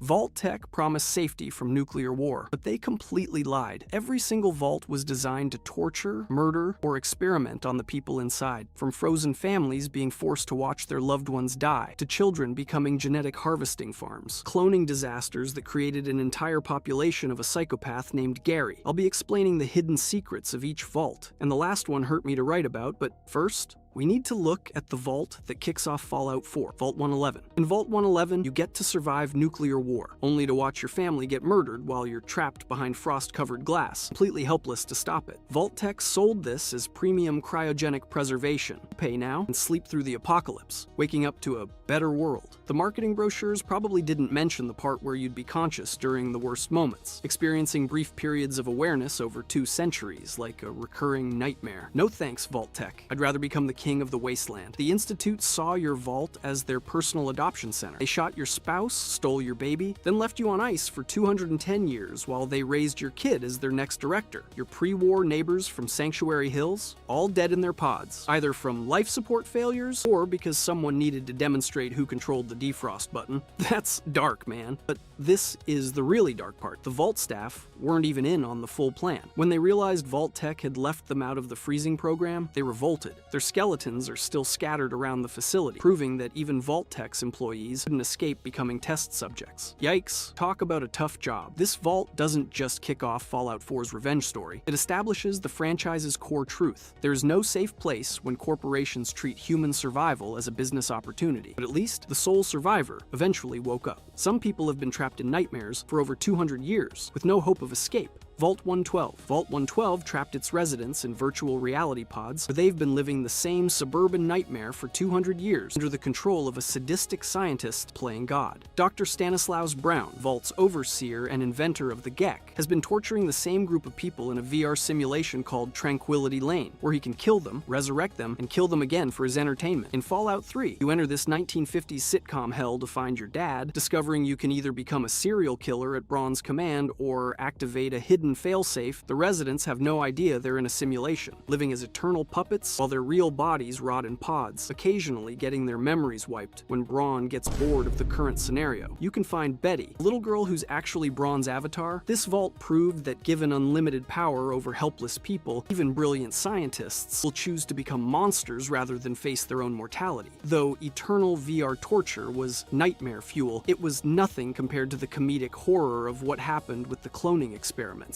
Vault 108. Gary. That's literally all you'll hear in Vault 108 because this place became a cloning facility where every single resident is now a violent copy of Gary. The original experiment involved cloning research with a terminally ill overseer who had cancer. Something went catastrophically wrong, and now the vault is overrun with dozens of increasingly hostile Gary clones who only say their own name like demented Pokemon. The non-Gary residents either escaped, died, or got converted into more Garys through whatever nightmare science was happening in the cloning labs that clearly nobody understood. Audio logs reveal the horror of watching your vault slowly fill with identical psychopaths, while the original residents barricaded themselves in rooms trying to survive the Gary apocalypse. Clones get more unstable with each generation, meaning Gary 54 is way more violent than Gary 12. But these psychological experiments were just practice runs. Vault-Tec was building towards something much worse. Vault 11. Vault 11 told its residents they had to sacrifice one person every year, or everyone would die. The Dwellers created an entire democratic system around choosing who dies, starting with volunteers, then moving to lottery, then to electing overseers who got executed after their term, turning politics into a literal death sentence. You can find campaign posters in Fallout New Vegas showing how political parties formed around who deserved to die, including the brutal Justice Bloc, who basically turned the Vault into a murder democracy where negative campaigns meant actual death. Catherine Stone became overseer by threatening to reveal everyone's dirty secrets if they didn't elect her, then used her final act to destroy the sacrifice system, resulting in a civil war that killed everyone except those final 5. The last audio log is just crushing silence after the survivors realize they murdered their entire community for a lie. This experiment revealed that people will normalize literally anything, including scheduled murder, if an authority figure tells them it's necessary. If you thought voting people to death was insane, the white noise experiment turned talented musicians into something far worse. Vault 92. Vault 92 gathered the world's best musicians and then drove them insane with subliminal messages hidden in white noise, turning virtuosos into violent psychopaths. The experiment used sound booths to pump hypnotic commands into residents' brains during hearing tests, slowly programming them to become super soldiers through audio mind control that they thought was just standard vault maintenance. The Overseer's terminal in Fallout 3 reveals he was kept in the dark about the true experiment. Professor Malleus pushed the experiments harder despite warning signs, increasing the white noise exposure until residents' eyes went bloodshot. This vault proved that trying to weaponize art just creates artistic weapons that nobody can control. Though turning musicians into killers was horrific, at least they stayed human, unlike what happened with the botanical experiments. Vault 22. Vault 22 turned into a plant zombie horror show when experiments with genetically modified crops created spores that transformed residents into mindless carriers, spreading deadly infections. The scientists were developing super plants to solve world hunger, but instead created vegetation that literally ate people from the inside out, turning the vault into an overgrown tomb where the garden fights back. When you explore it in New Vegas, you find mantises the size of dogs and spore carriers who used to be researchers, now shambling through greenhouse halls, spreading clouds of infectious death that'll poison you if you breathe without protection. The survivors who escaped became the tribal group at Red Rock Canyon, but they brought the spores with them. Dr. Peters, one of the scientists, deliberately sabotaged the vault's systems to prevent anyone from leaving with the spores, but his sacrifice came too late to stop some from escaping into the Mojave. But this biological nightmare was nowhere near as devastating as what Vault-Tec did with the FEV virus in the Capital Wasteland. Vault 87. Vault 87 wasn't testing isolation or social dynamics. It was straight up turning people into super mutants using the forced evolutionary virus. mutants, creating the green-skinned monsters that terrorized the capital wasteland. The residents got hit with FEV immediately after the vault sealed, transforming normal families into hulking abominations while their children watched. The entrance is so radioactive it'll kill you in seconds, forcing you to enter through little lamplight, cave full of kids whose ancestors probably escaped this nightmare before getting dipped in the vats. One super mutant named Fox retained his intelligence and helps you retrieve the Gek, but he's literally one in thousands who didn't become a mindless killing machine obsessed with finding more humans to transform. The Vault kept detailed records of each transformation, but turning people into monsters was just the beginning. Vault-Tec realized they could make people destroy themselves without any virus at all. Vault 114. Vault 114 recruited rich elites with promises of luxury, then stuffed them into unfinished quarters with broken amenities and an incompetent overseer chosen specifically to piss them off. The experiment wanted to see how wealthy people would handle losing everything. Fallout 4, you find it occupied by Skinny Malone's Triggerman gang. The interview tapes for overseer positions are comedy gold, featuring candidates who can barely form sentences being selected over qualified applicants because they'd cause maximum frustration to the highly educated residents. Psychological profiles show they specifically chose elites with the lowest tolerance for discomfort, including one woman who'd never walked upstairs before and a man who had servants to put on his socks. Subscribe right now if you want to see more dark secrets hiding in the wasteland, because the next Vault's experiment with addiction recovery will break your heart. Vault 95. Vault 95 gathered drug addicts, helped them get clean over 5 years of successful rehabilitation, then opened a hidden stash of chems to watch them destroy everything they'd built. The residents formed genuine bonds, created support groups, and celebrated sobriety milestones together, completely unaware that Vault-Tec had planted enough drugs to kill a Brahmin hidden in the walls, making what happened next even more cruel. When the 5-year mark hit, one planted agent found a massive chem stash, and within days the vault went from recovery paradise to blood-soaked drug den. One woman's journal describes watching her husband, clean for 5 years, beat their neighbor to death with a pipe for a single hit of jet, then overdose in front of their door while begging her forgiveness. You meet Kate near this vault, and her companion quest involves getting her clean at Vault 95's medical facility, using the same equipment that once helped and then destroyed hundreds of recovering addicts. Destroying adults was one thing, but Vault-Tec's most evil experiments targeted the one group that couldn't fight back: children. Vault 75. Vault 75 told parents they were saving their children through education, actually executed every adult immediately after the door sealed, then raised the kids as test subjects for genetic harvesting. The experiment killed children at 18 after evaluating their genetics, either harvesting their DNA if they were superior or turning them into staff. The graduation ceremony was literally a firing squad, with the Vault's mainframe in Fallout 4 showing records of hundreds of children terminated after their final exams. The psychological evaluations show kids were encouraged to form friendships and relationships specifically so researchers could study how they handled losing them to graduation, with notes about optimal grief responses. But even child harvesting wasn't as mathematically evil as what they did with the breeding program in Los Angeles. Vault 63. Vault 63 started as a normal vault until post-war modifications turned it into a weather machine that could reverse ghoulification but created violent electromagnetic storms across Appalachia. The Stoltz family discovered the vault generations after the bombs and modified its systems to try saving their ghoulified daughter,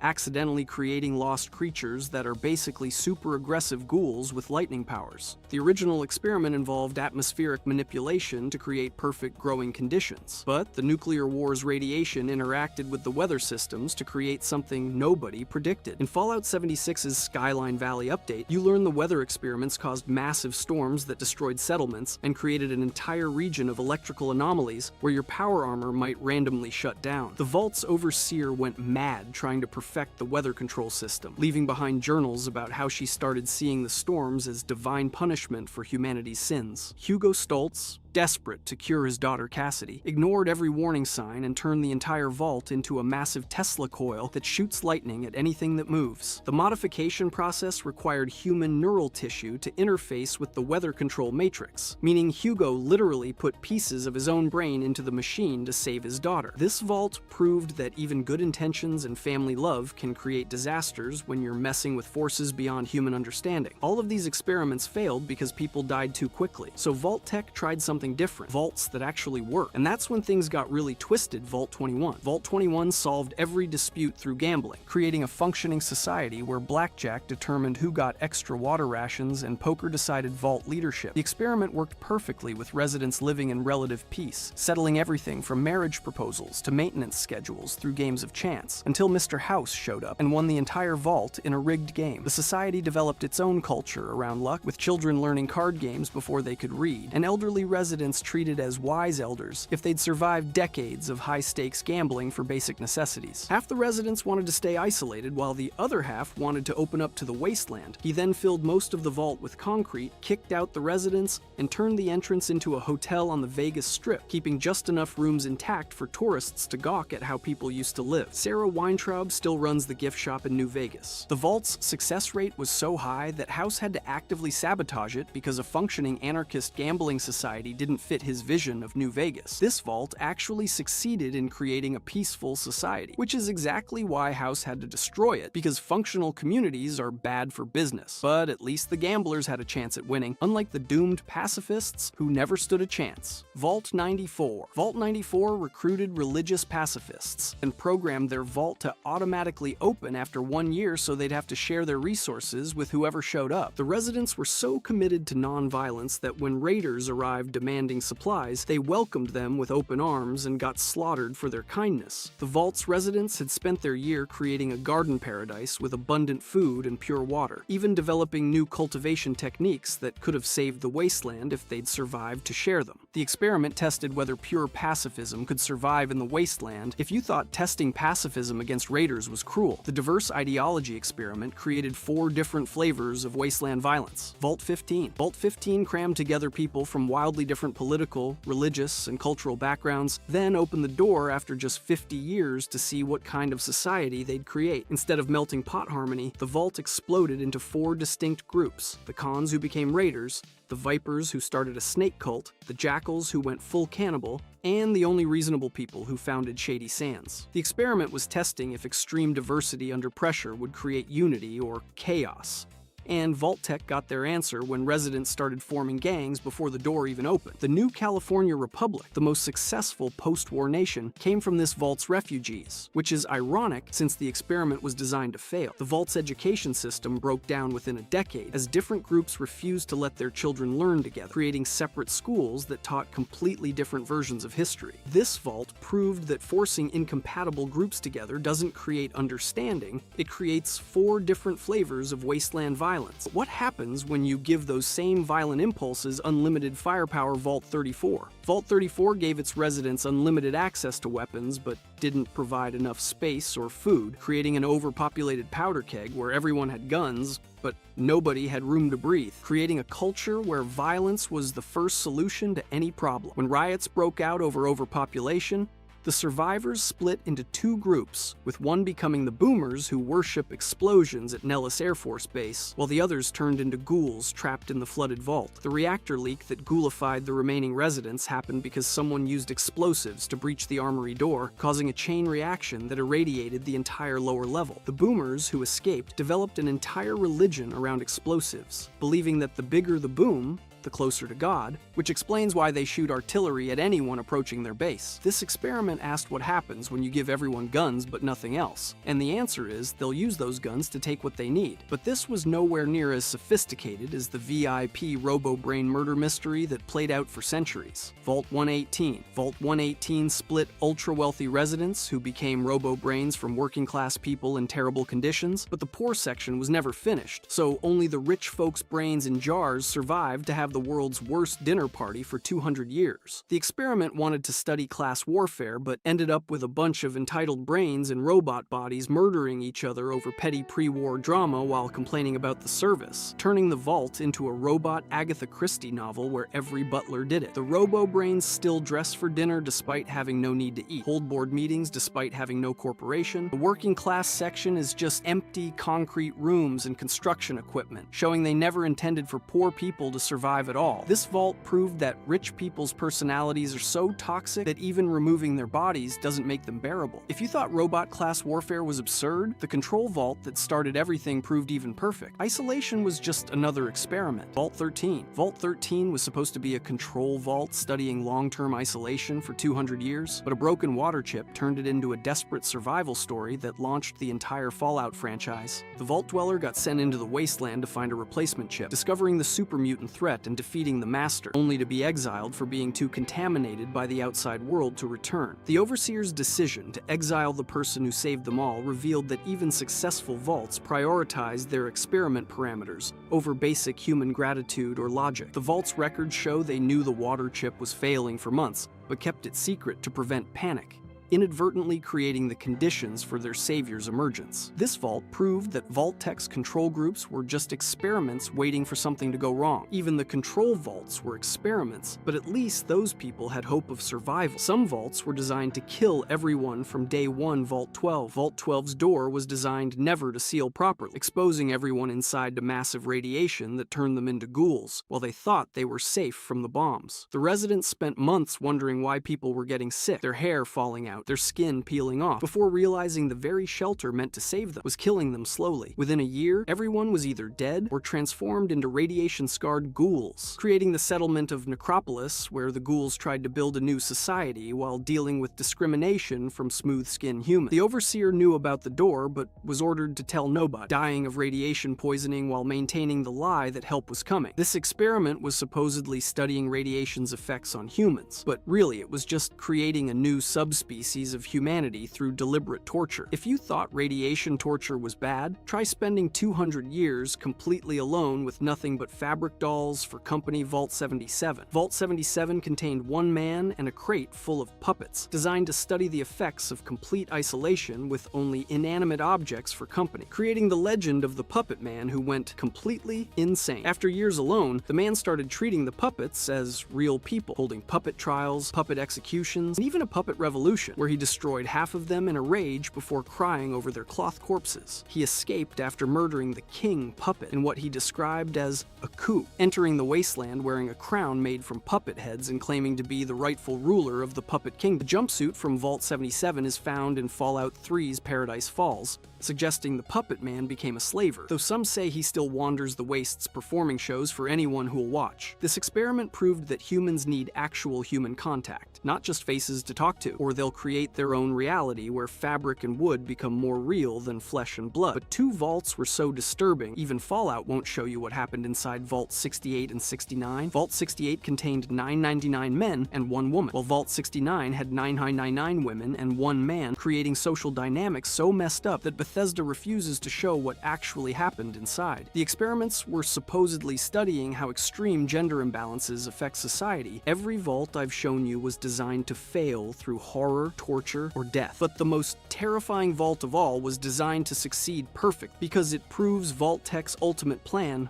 worked. Vault 76. Vault 76 was a control vault with no experiment except gathering America's best and brightest, giving them 25 years to prepare, then releasing them to rebuild civilization on reclamation. The residents were carefully selected for their skills and psychological profile, creating a community of overachievers who spent decades training for the moment they'd emerge to reclaim Appalachia, essentially creating the most prepared post-apocalypse survivors possible. When the door opened in 2102, these vault dwellers spread across West Virginia to become the players in Fallout 76, each pursuing their own vision of rebuilding from launching nukes to opening shops. Within weeks of leaving, these perfect candidates for rebuilding were launching nukes at each other for better loot, proving that human nature beats training every time. Unlike every other vault where residents died horribly, Vault 76's people successfully established settlements. This vault proved that even when Vault-Tec played it straight, the world after the bombs didn't care about their pre-war plan. From the white noise soldiers of Vault 92 to the cloning disasters of Vault 108, from the voting murders of Vault 11 to the executive breeding programs of the Tri-Vault conspiracy, each one revealing that Vault-Tec saw the apocalypse not as humanity's end, but as their chance to play God with the survivor.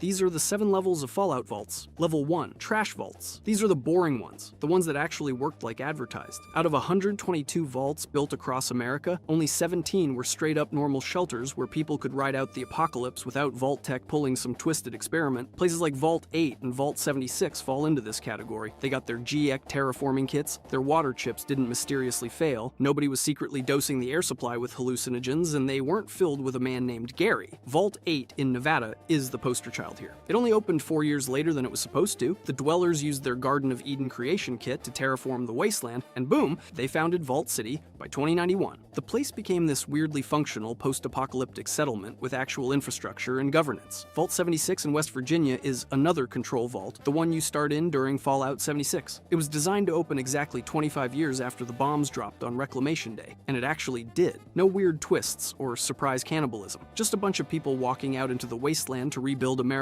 like the brochures promised. These vaults matter because they prove Vault-Tec could have saved people if they wanted to. They had the technology and resources to build genuine Fallout shelters, but instead they chose to run sick experiments on 105 of the 122 vaults they constructed. But here's the thing, if Vault-Tec could build 17 working vaults, why make 105 death traps? Keep that question in mind, because the answer isn't what you think. Now let's see what happened when they started testing isolation. Level 2, Isolation Vaults. This level is where Vault-Tec started testing how humans handle being completely cut off from everything. Vault 101 from Fallout 3 is the most famous example. The tagline was literally Vault 101, Jewel of the Wastes, but the real experiment was that nobody was ever supposed to leave, ever. The Overseer had standing orders to keep that vault sealed indefinitely, and anyone who even talked about opening the door was labeled a dissident. Your character's dad breaking this rule by escaping to find a water purifier is what kicks off the entire main quest of Fallout 3. Vault 13 from the original Fallout also falls here, though with a different spin. It was designed to stay sealed for 200 years to study prolonged isolation, but their water chip conveniently failed after just a few decades, forcing them to send someone out into the wasteland. That someone becomes the Vault Dweller, the protagonist of the first game, who has to trek across California looking for replacement parts. The whole water chip failure might have been intentional sabotage by Vault-Tec to see what happens when isolated communities face extinction-level equipment failures. Vault 21 in New Vegas took isolation in a weird direction by making everything inside decided by gambling. Every dispute, every decision, every allocation of resources came down to games of chance. It worked surprisingly well until Mr. House showed up and won the vault in a game of blackjack, then filled most of it with concrete. The isolation experiments reveal Vault-Tec's obsession with control and obedience. They wanted to know if they could create perfectly insulated societies that would follow orders without question. Communities so indoctrinated they'd never challenge authority even when it meant their own doom. These vaults often developed cult-like social structures where the Overseer was basically a dictator and questioning the system was heresy. The psychological damage from these experiments lasted generations, creating societies that couldn't adapt when they finally did open and face the real wasteland. But isolation was just psychology. What comes next is where Vault-Tec started weaponizing human needs themselves, and one vault proves they'd even weaponize people's recovery just to watch them destroy each other. Level 3, Survival Experiments. Now Vault-Tec wanted to see what happens when you give people just barely enough, or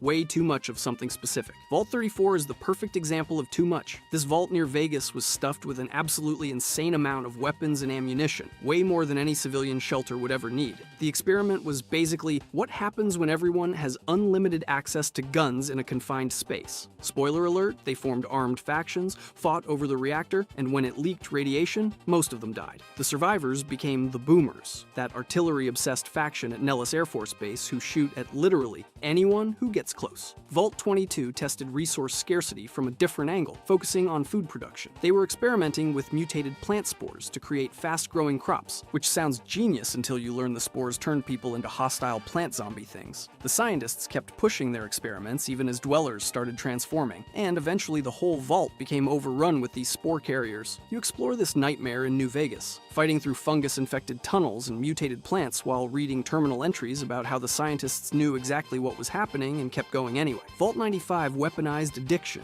and recovery. It was advertised as a rehabilitation facility for chem addicts, a clean space where people could get sober and stay sober. For 5 years it actually worked. People kicked their habits and built a supportive community. Then, as planned, Vault-Tec had a plan to open a secret stash of chems in the walls. The resulting relapse destroyed everything. Dwellers turned on each other and the vault fell apart. When you find it in Fallout 4, it's occupied by gunners who are using it as a base, completely unaware of the deliberately engineered tragedy that happened there. These experiments were Vault-Tec's way of studying human behavior under extreme conditions, specifically how societies function when basic needs become weapons. The data they collected was supposedly for planning long-term space colonization, figuring out minimum resource requirements for generation ships or Mars colonies, but really it was just corporate-funded sadism dressed up as science, watching people suffer for spreadsheets and graphs, or so it seemed, because every experiment was teaching Vault-Tec something specific about human breaking points. The question is, why did they need to know? Level 4, Social Experiment. This is where Vault-Tec crossed a different line. They weren't just studying how people break. They were discovering how to make people build entire societies around their own destruction. Vault 11 proves it, and what the computer told the last 5 survivors reveals exactly what Vault-Tec learned about human nature. Vault 11 is hands down one of the darkest experiments in the entire franchise. The Vault's computer told residents they had to sacrifice one person every year or everyone would die. They developed this whole electoral system where they'd vote for an overseer, who would then be executed. Candidates used propaganda, bribery, and blackmail to avoid winning. Voting blocks formed, people manipulated elections, and this went on for years until one election cycle failed and only 5 people remained. They refused to sacrifice anyone, and when they finally told the computer no, it revealed the whole thing was a test and they'd actually passed by refusing. But by then, 4 of them killed each other in the aftermath, and only one survived, completely broken. That's the discovery Vault-Tec was after. Give humans the right rules, and they'll create systems that destroy them without question. They'll accept authority even when it's killing them. This data was worth everything to someone.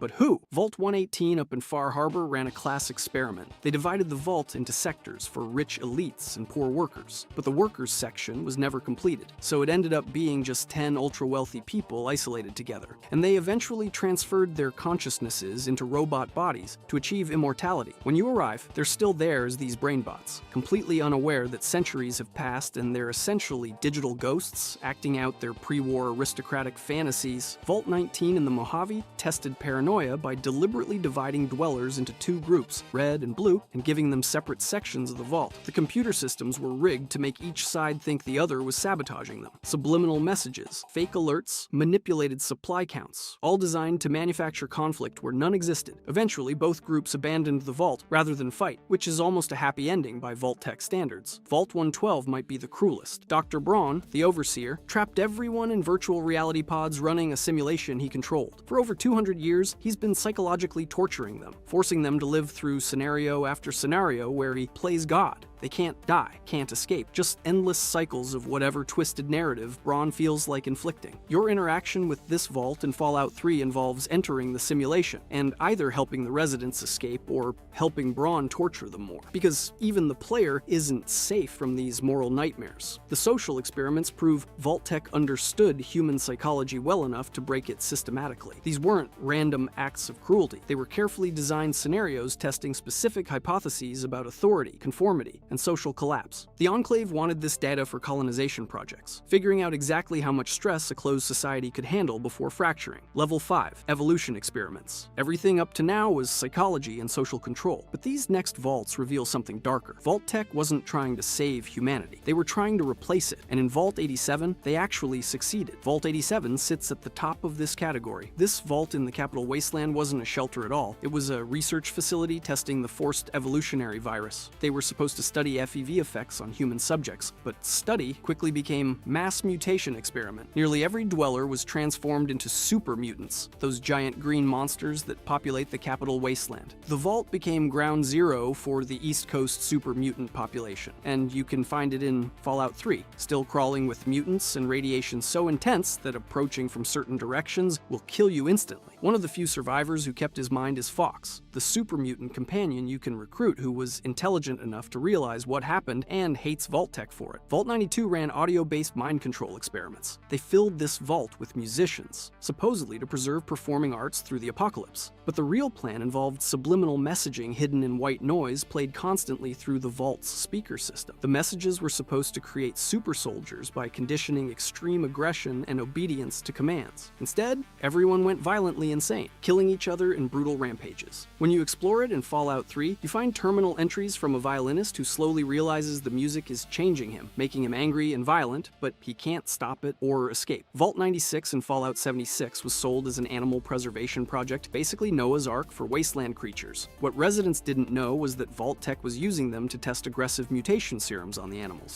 They had quotas for genetic modifications, pushing mutations harder and faster to see what would happen. Predictably, the creatures became unstable and dangerous. And after the dwellers died to the Vault's mainframe activating a superseding security protocol during their failed escape attempt, the mutated creatures escaped. The specimens went into Appalachia, which explains some of the more horrifying mutated wildlife you encounter. Vault 75. Beneath a middle school ran a eugenics program focused on children. Kids were separated from parents on entry, told their families died, and raised in an underground facility that constantly tested them through brutal competition. The weakest were reclaimed, which Vault-Tec speaks of being murdered and harvested for genetic material. The strongest were bred to create perfect specimens. The scientists pushed this for generations until the teenagers eventually figured it out and revolted, killing all the researchers. You can explore this vault in Fallout 4 and read the heartbreaking terminal entries from both the kids and the scientists who rationalized atrocity as progress. Each experiment maps perfectly to a specific problem, but what problem were they solving? That's next. These biological experiments represent Vault-Tec at its most callous, treating human life as raw material for science. The goal was ostensibly to understand genetic manipulation and create enhanced humans for space colonization, but the methods were straight out of the worst moments in human history. Eugenics programs and unethical medical experimentation cranked up to apocalyptic extremes. Level 6. Experimental vaults. These vaults tested one final variable: minimum viable systems. How little technology do you need to keep humans alive in a closed environment? Because if you're noticing that every experiment sounds like preparation for something, you're right, and what comes after this explains everything. Vault 88, which you can explore and build in Fallout 4's DLC, was designed to test prototype Vault-Tec technologies on unwitting subjects. The Overseer, who survived as a ghoul, was working on devices like exercise bikes that drained life force, soda machines that dispensed chems, and slot machines rigged for behavior modification. The Vault was never finished before the bombs dropped, so the experiments never ran at full scale. But you can choose to complete them yourself or sabotage the Overseer's plans and make the technology actually helpful. Vault 114 took a different approach, experimenting with leadership structures through architecture. This vault beneath a subway station in Boston was deliberately designed to be uncomfortable. The Overseer's room was a transparent office in the middle of everything with zero privacy, and the whole vault was built to create constant tension between authority figures and residents. The idea was to test if leaders could maintain control when they had no special privileges or private space. Construction never finished before the war, so the experiment never ran, but the criminal Skinny Malone moved in and made it his headquarters in Fallout 4. Vault 108 had a cloning lab because Vault-Tec wanted to know what happens when you can mass-produce humans. The Overseer was terminally ill, and the plan was to clone one resident named Gary over and over to study hive mind dynamics and identity degradation. Instead, the Garys gained sentience as a collective, realized they were being used, and turned on everyone else. By the time you reach this vault in Fallout 3, it's entirely populated by hostile Gary clones who can only say their own name, creating this deeply unsettling atmosphere where every enemy is the same person copied hundreds of times. Vault 106 tested chemical warfare technology through psychoactive drugs pumped into the ventilation system. The gas was supposed to induce hallucinations and paranoia, which it absolutely did. 10 days after the vault sealed, dwellers started experiencing vivid hallucinations and violent delusions. The vault descended into chaos as people attacked hallucinations that looked like their friends and family. Centuries later, when you explore it, the gas is still active, causing the lone wanderer to hallucinate during exploration, seeing fake enemies and distorted versions of reality. The technology experiments show Vault-Tec's complete disregard for safety protocols or ethics. They were testing prototype devices that should have gone through decades of trials, instead throwing them into live environments with real people. The Enclave wanted data on cutting-edge tech for their projects, and Vault-Tec was happy to provide it it regardless of cost. These vaults often left behind functioning but dangerous technology that wastelanders stumbled into, creating new threats centuries after the original experiments ended. Level 7. Legendary Vaults. Here's what every single experiment was actually for.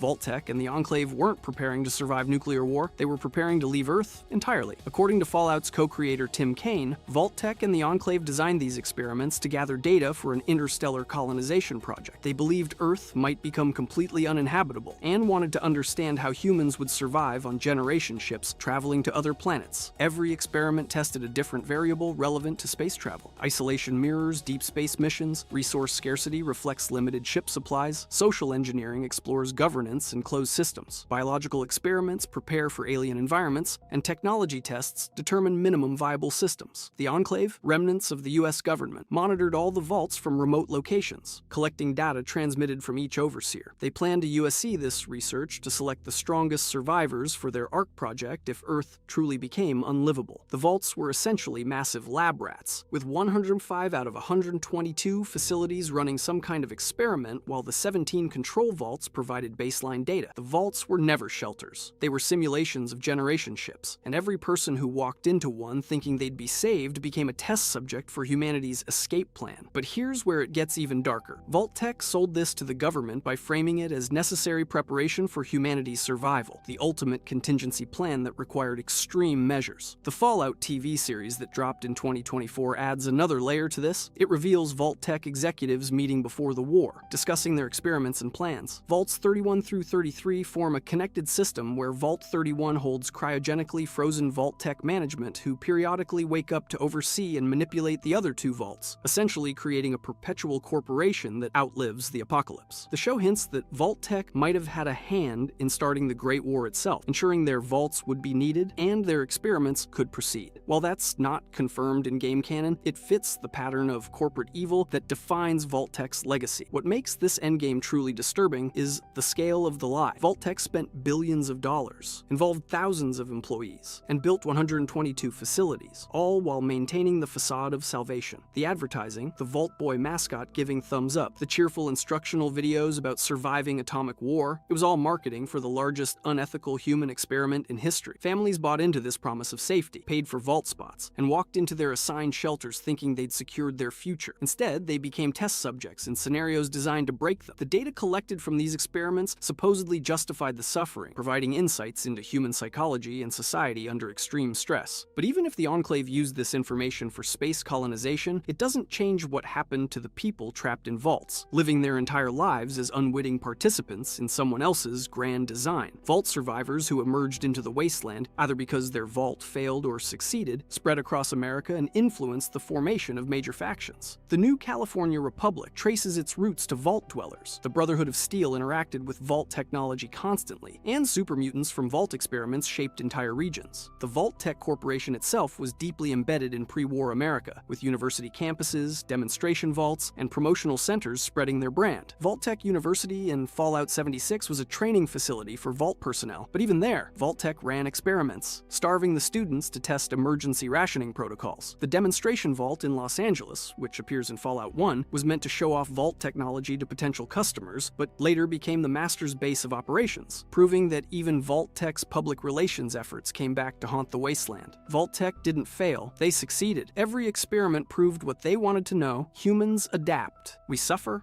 obey, rebuild, and survive. Even after centuries of cruelty, their systems still echo through the wasteland. Fallout has over 100 vaults that we all know about, but it also has a few deleted ones that you have never seen in your life, from an underwater vault to one that slowly turned everyone into ghouls. Today, I'll be going over every deleted vault experiment, starting with one that has an unexpected twist: Vault Zero. This vault was supposed to be run by a psychotic AI called the Calculator and be the control center for every other vault, packed with frozen geniuses. The Calculator was a bunch of human brains wired together into one giant computer system that went completely insane after the bombs dropped. It's located under Cheyenne Mountain in Colorado. This place was Vault-Tec's crown jewel of surveillance and control. The calculator was created by networking the brains of 8 genius pre-war scientists, mathematicians, and philosophers who were supposed to guide humanity's rebuilding after nuclear war. Instead, the cryogenic systems failed partially, causing brain damage that turned this collective intelligence into a genocidal maniac. The calculator decided that all organic life was inherently flawed and needed to be replaced with robots, which is basically Skynet with extra steps. You'd fight through armies of robots, including the devastating behemoth units, while the calculator tried to wipe out all life it considered impure, which was basically everything breathing. The vault itself was massive, featuring multiple levels including cryogenic storage for America's best and brightest, a giant computer core, and manufacturing facilities that pumped out killer robots. Players in Fallout Tactics would assault this fortress as the final mission, dealing with not just robots, but also the few surviving human inhabitants who'd gone completely insane from decades of the calculator's influence. The whole place was a testament to how badly things go when you trust an AI with zero oversight. This whole thing got kicked out of canon because it contradicted the idea that vaults were supposed to be isolated from each other. The calculator AI concept was so wild it basically broke Fallout lore, since having one vault control all others went against Vault-Tec's whole experimental methodology. Bethesda basically pretended Tactics never happened, though they've slowly been reintroducing some elements as semi-canon. The calculator remains one of the few Fallout villains so overpowered that the franchise had to delete it from existence. If you thought a brain-powered AI was disturbing, wait until you see what was lurking underwater. Vault 120. Vault 120 is an underwater vault where a giant sentient octopus runs the whole show. Todd Howard himself confirmed in a Reddit AMA they were working on this BioShock-inspired fever dream, where you'd take a submarine 20 leagues under the sea to find a vault controlled by a mutated squid overlord. The quest was literally called 20 Leagues Under the Sea, because apparently nobody at Bethesda had heard of Subtlety. The vault would have been located off the coast of Massachusetts, accessible only through a quest involving fixing up a pre-war submarine. Once you got there, you'd discover that Vault-Tec had been experimenting with marine mutations and intelligence enhancement on cephalopods. The original overseer had somehow merged with or been replaced by this hyper-intelligent octopus that now ran the vault through a combination of technology and tentacles. You'd navigate flooded sections fighting marine mutants, while this tentacled overseer probably gave you philosophical speeches about evolution and adaptation. The concept art showed disturbing human-octopus hybrids that were supposed to be the vault dwellers who'd undergone partial transformation. Some residents would worship the octopus as a god, while others formed a resistance trying to escape to the surface. The whole thing would have featured unique underwater power armor modifications and weapons designed for aquatic combat. The technical challenges of making underwater combat not suck in Fallout 4's engine killed this one dead. The Creation engine already struggled with regular water, and adding complex swimming mechanics, underwater gunplay, and tentacle physics was apparently too much. Files for Vault 120 still exist in the game code, including references to the Octopus Overseer and submarine assets. Modders have tried recreating it, but nothing captures the sheer insanity of what Bethesda originally planned. The fact that Todd Howard still talks about this years later shows how much the team loved this bonkers concept, though that octopus was nothing compared to what happened when you left kids alone. Vault 29.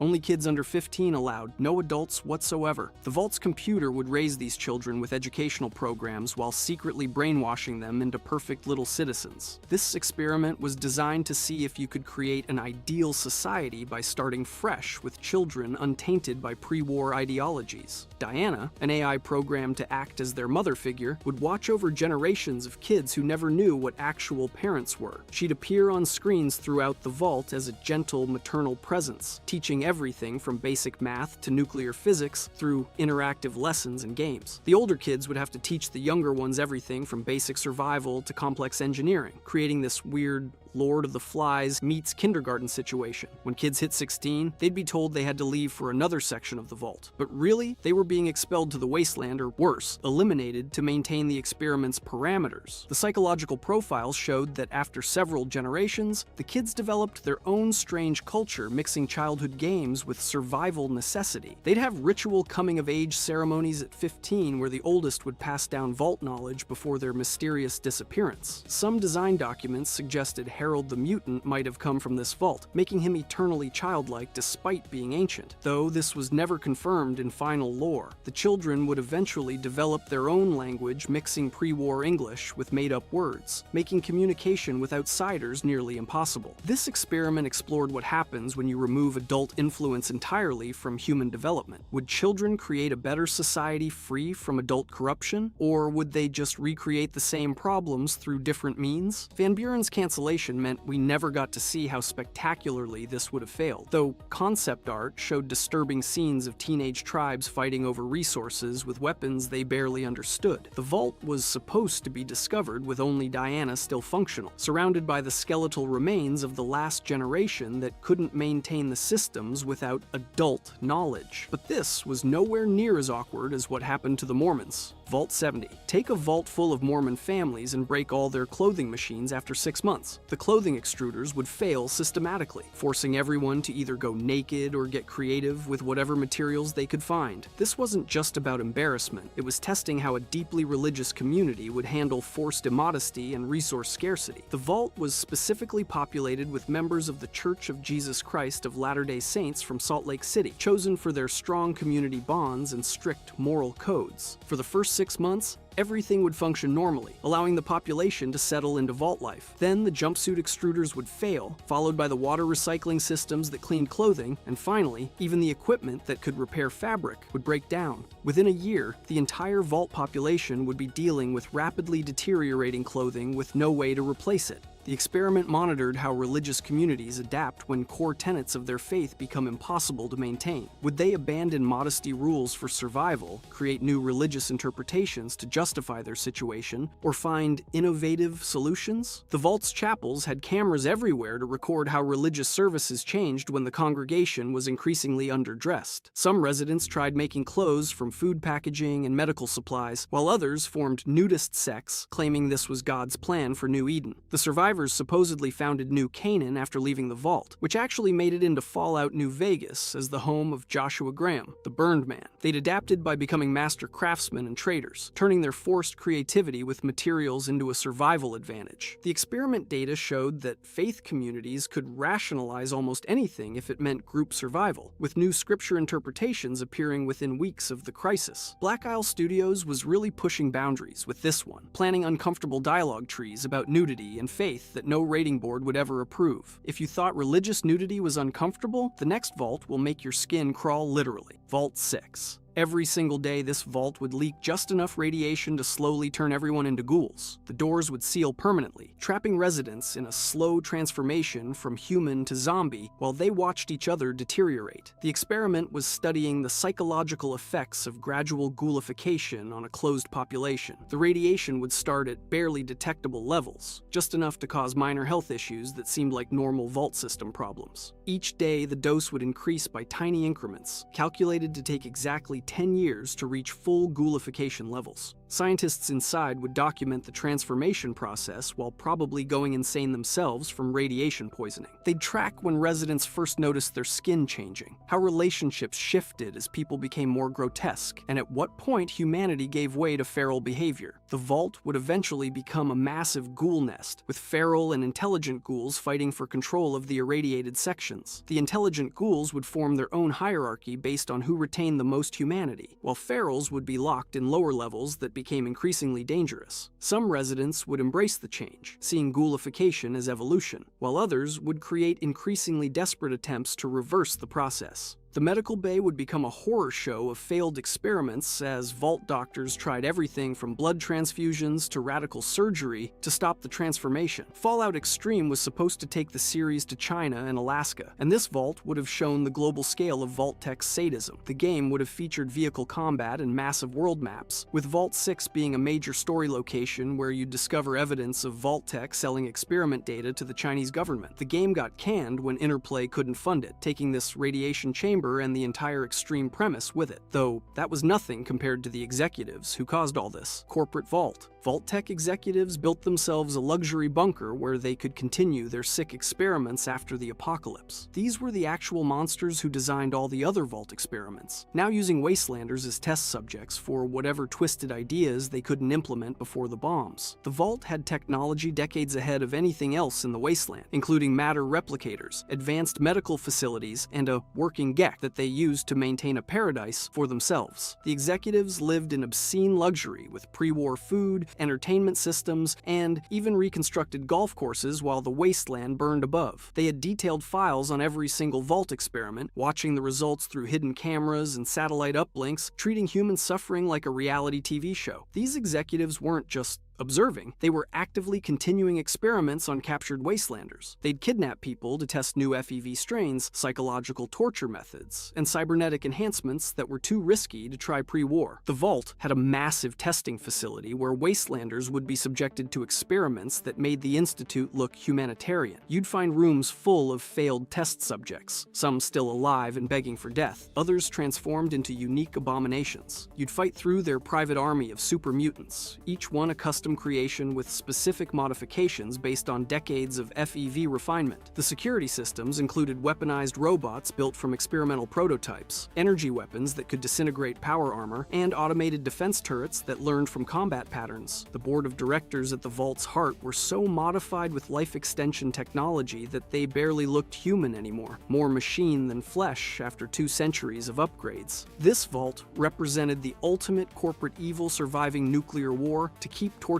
humanity. The final boss would have been the CEO of Vault-Tec himself, transformed into a cybernetic monster still wearing a pre-war business suit, giving a speech about quarterly earnings while trying to kill you. Brotherhood of Steel was so bad, it got memory hold from the franchise, taking this peak capitalism nightmare with it, and probably for the best since it was almost too on the nose. But even evil executives couldn't control what happened in the garden. Vault 39. Plants gone wild, turning the entire Vault into a botanical house of horrors. Mutated vegetation would grow through everything, with carnivorous plants, poisonous spores, and vine creatures taking over every corridor. The original experiment involved advanced hydroponics to create sustainable food sources, but radiation turned the garden into a green hell. The Vault was designed as an agricultural research facility where scientists would develop new crops that could survive in post-nuclear soil. They were using experimental growth hormones, genetic modification, and radiation treatment to create super plants that could feed the wasteland. For the first few years, it worked too well, with crops growing at incredible rates and producing massive yields. Then the plants started showing signs of intelligence, responding to stimuli in ways that suggested consciousness. Residents either became plant food or merged with the vegetation in disturbing ways, creating human-plant hybrid monsters. Some people would be found partially absorbed into walls of vines, still alive and conscious but unable to move, being slowly digested over months. Others had symbiotic relationships with the plants, their bodies producing chlorophyll and requiring sunlight to survive. The Overseer had become one with the central tree, a massive organism that controlled all plant life in the Vault through chemical signals. The Vault's corridors would change as you played, with vines moving to block passages or create new paths based on some alien plant intelligence. Spores in the air would cause hallucinations, making you see dead companions or false exits that led into carnivorous flower traps. The plants would react to fire and herbicides, but they'd adapt quickly, developing resistances that forced you to constantly change tactics. Combat would involve not just fighting mobile plant creatures, but dealing with the environment itself trying to kill you. The sequel to Brotherhood of Steel was already in development when the first game bombed so hard it killed the project instantly. We lost the chance to see Vault-Tec accidentally create the most literal garden of evil ever conceived. Concept art showed disturbing plant-human hybrids that looked like something from a Cronenberg film, with human faces emerging from flower buds and bodies made of twisted wood and flesh. If you thought killer plants were bad philosophy, the faithful had it even worse. Vault 1.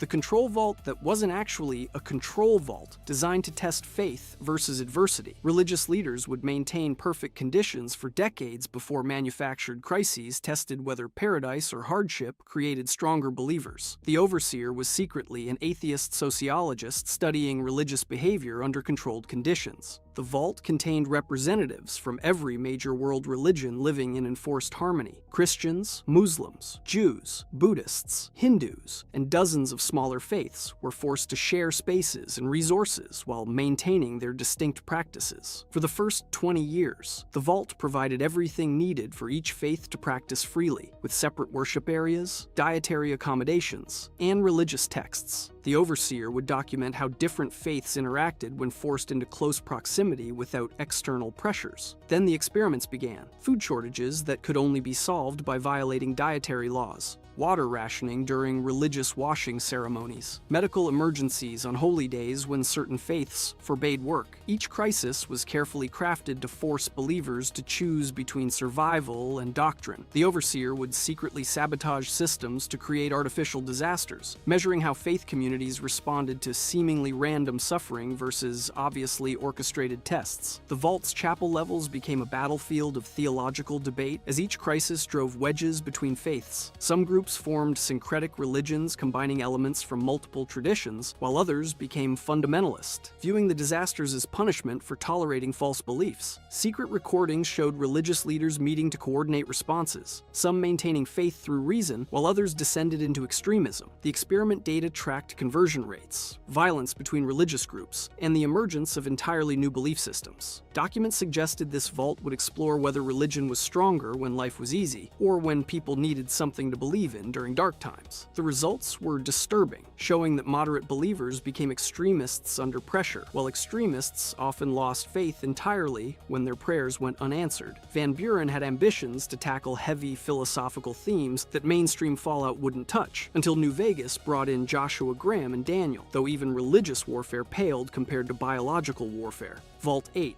Originally a medical vault that got hijacked by a scientist planning to release a weaponized plague across the wasteland. Dr. Presper would use the vault's medical facilities to create the perfect biological weapon while residents became unwitting test subjects for various diseases. This wasn't part of Vault-Tech's plan. This was one scientist going rogue with apocalyptic resources. The vault started as a legitimate medical research facility with the best doctors and equipment Vault-Tech could provide. They were supposed to develop cures for radiation sickness and mutations, creating medical knowledge to help rebuild civilization. Dr. Presper arrived as chief medical officer with impeccable credentials and revolutionary theories about disease resistance. For years, he conducted legitimate research while secretly working on his true project, using the vault's isolation to prevent any oversight. Presper believed that humanity was irredeemably flawed and needed to be reset through controlled extinction. He developed the Blue Flu, a highly contagious virus that would spread through the wasteland, killing anyone without specific genetic markers he deemed worthy of survival. The vault's residents were unknowingly being tested with various strains, their medical checkups actually infection trials to perfect the virus's lethality and transmission rates. Some residents developed horrific symptoms, bleeding from every orifice or growing tumorous masses, while others seemed immune, selected by Presper as potential survivors of his new world. The vault would serve as ground zero for a new apocalypse, with players racing to stop the plague before it escaped containment. Advanced medical technology meant victims could be kept alive through horrible symptoms for extended study of disease progression.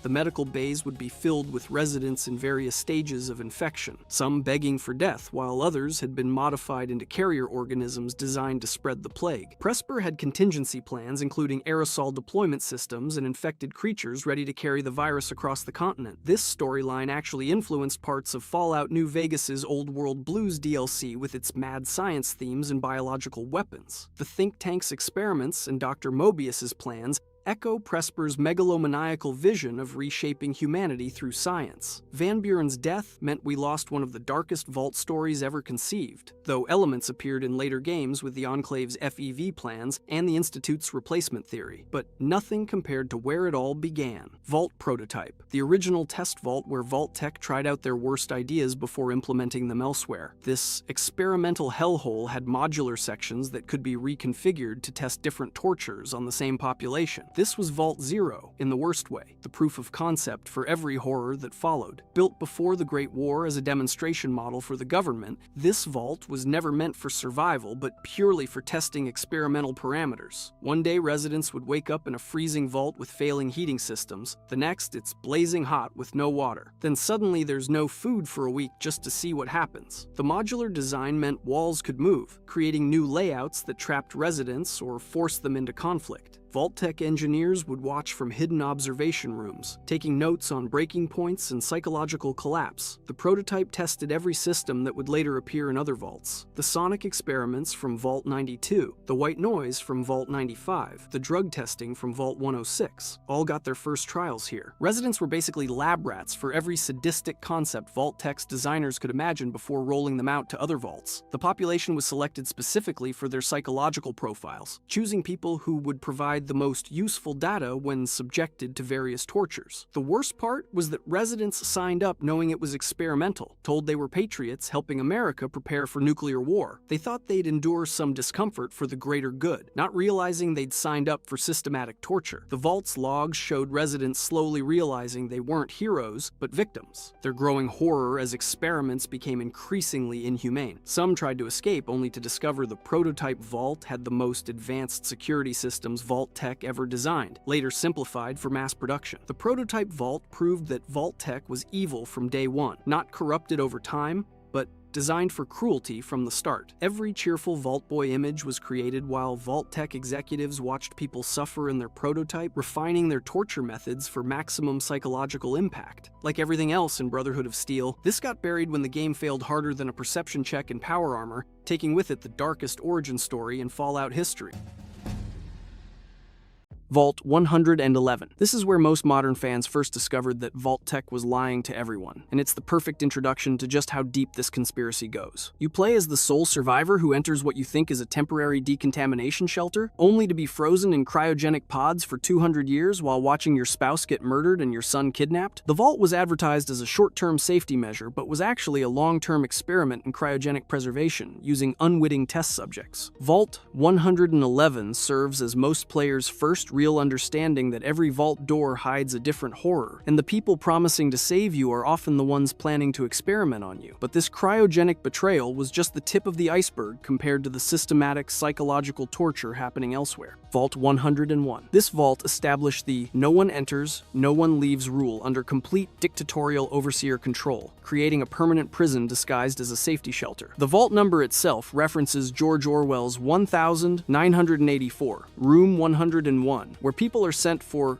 re-education, showing that Vault-Tec's designers were well aware they were creating totalitarian nightmares. Residents lived under absolute authoritarian control for generations, with the overseer maintaining power through isolation and information control. The vault demonstrates how easily protection can become imprisonment when those in charge have unlimited authority and no oversight. If you thought permanent dictatorship was bad, the next revelation shows the true scope of Vault-Tec's deception. Vault-Tec Corporation. The Fallout TV show finally confirmed what fans suspected for decades. Vault-Tec didn't just profit from nuclear war, they actively orchestrated it. Corporate executives are shown plotting to drop the first nuclear bombs themselves to ensure their Vault experiments could proceed and guarantee their post-war dominance. This transforms every single Vault experiment, from cruel science into part of a master plan for corporate control of post-apocalyptic America. Vault-Tec had billions invested in underground facilities and human experimentation that could only be justified if civilization actually collapsed, making nuclear holocaust a business necessity. But even knowing Vault-Tec started the war,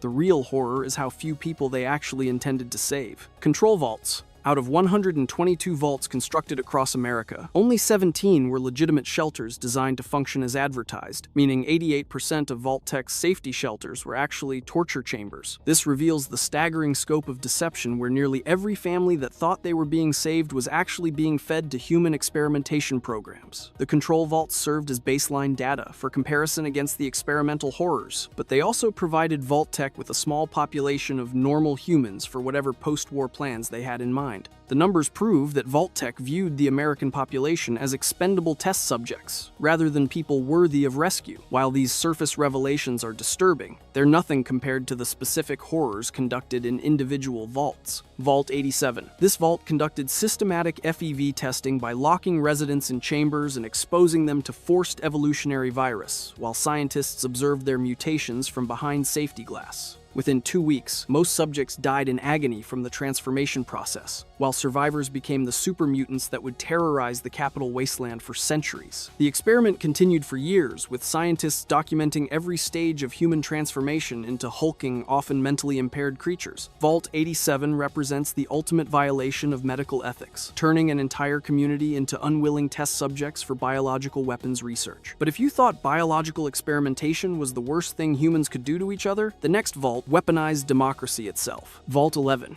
This experiment represents perhaps the most psychologically devastating manipulation in the entire Vault network. Residents were told they must democratically vote to sacrifice one person annually, or everyone in the Vault would be killed by the computer systems. For years, they held elections that were essentially murder campaigns, where people tried to nominate their enemies for death while the community tore itself apart through betrayal and political manipulation. The ultimate horror came when the final 5 survivors refused to continue the sacrifices, only to learn the computer was lying and actually congratulated them for making the right choice by not killing anybody. The Vault proved that even democracy can be perverted into a tool for systematic murder when authority figures control the information. While democratic murder was psychologically devastating, the next Vault trapped people in an even more personal hell. Vault 112. Dr. Stanislaus Braun trapped 85 residents in virtual reality pods for over 200 years, forcing them to endure psychological torture in his Tranquility Lane simulation for his personal amusement. The residents experienced repeated death and trauma within the simulation while being unable to truly die, creating perfect conditions for infinite psychological torture. Braun treated human consciousness like his personal video game, resetting scenarios whenever he got bored and subjecting people to whatever sadistic fantasies he could imagine. The Vault represents the ultimate fusion of technology and cruelty, where a single sociopathic scientist could torment dozens of people for centuries without consequence. If you thought virtual reality torture was sophisticated evil, the next Vault took a more direct biological approach. Vault 22. The agricultural experiment with plant spores went horrifically wrong when the enhanced vegetation turned residents into undead plant-human hybrid creatures called spore crawlers. The Vault's research into hardy, radiation-resistant crops created something far more sinister when the plants began using human hosts for reproduction and survival. Survivors became shambling horrors that were part human, part plant, and completely hostile to any remaining uninfected humans. The Vault shows how even beneficial research, like improving food production, can become a biological nightmare when conducted without proper safety protocols. But these well-documented horrors are just the surface level of what Vault-Tec was willing to do to people. Vault 27. This overcrowding experiment deliberately housed 2 people in space designed for 1 studying the psychological and social effects of extreme overcrowding in a sealed environment. The Vault was designed to create constant resource shortages, interpersonal conflicts, and claustrophobic conditions that would drive residents to violence and desperation.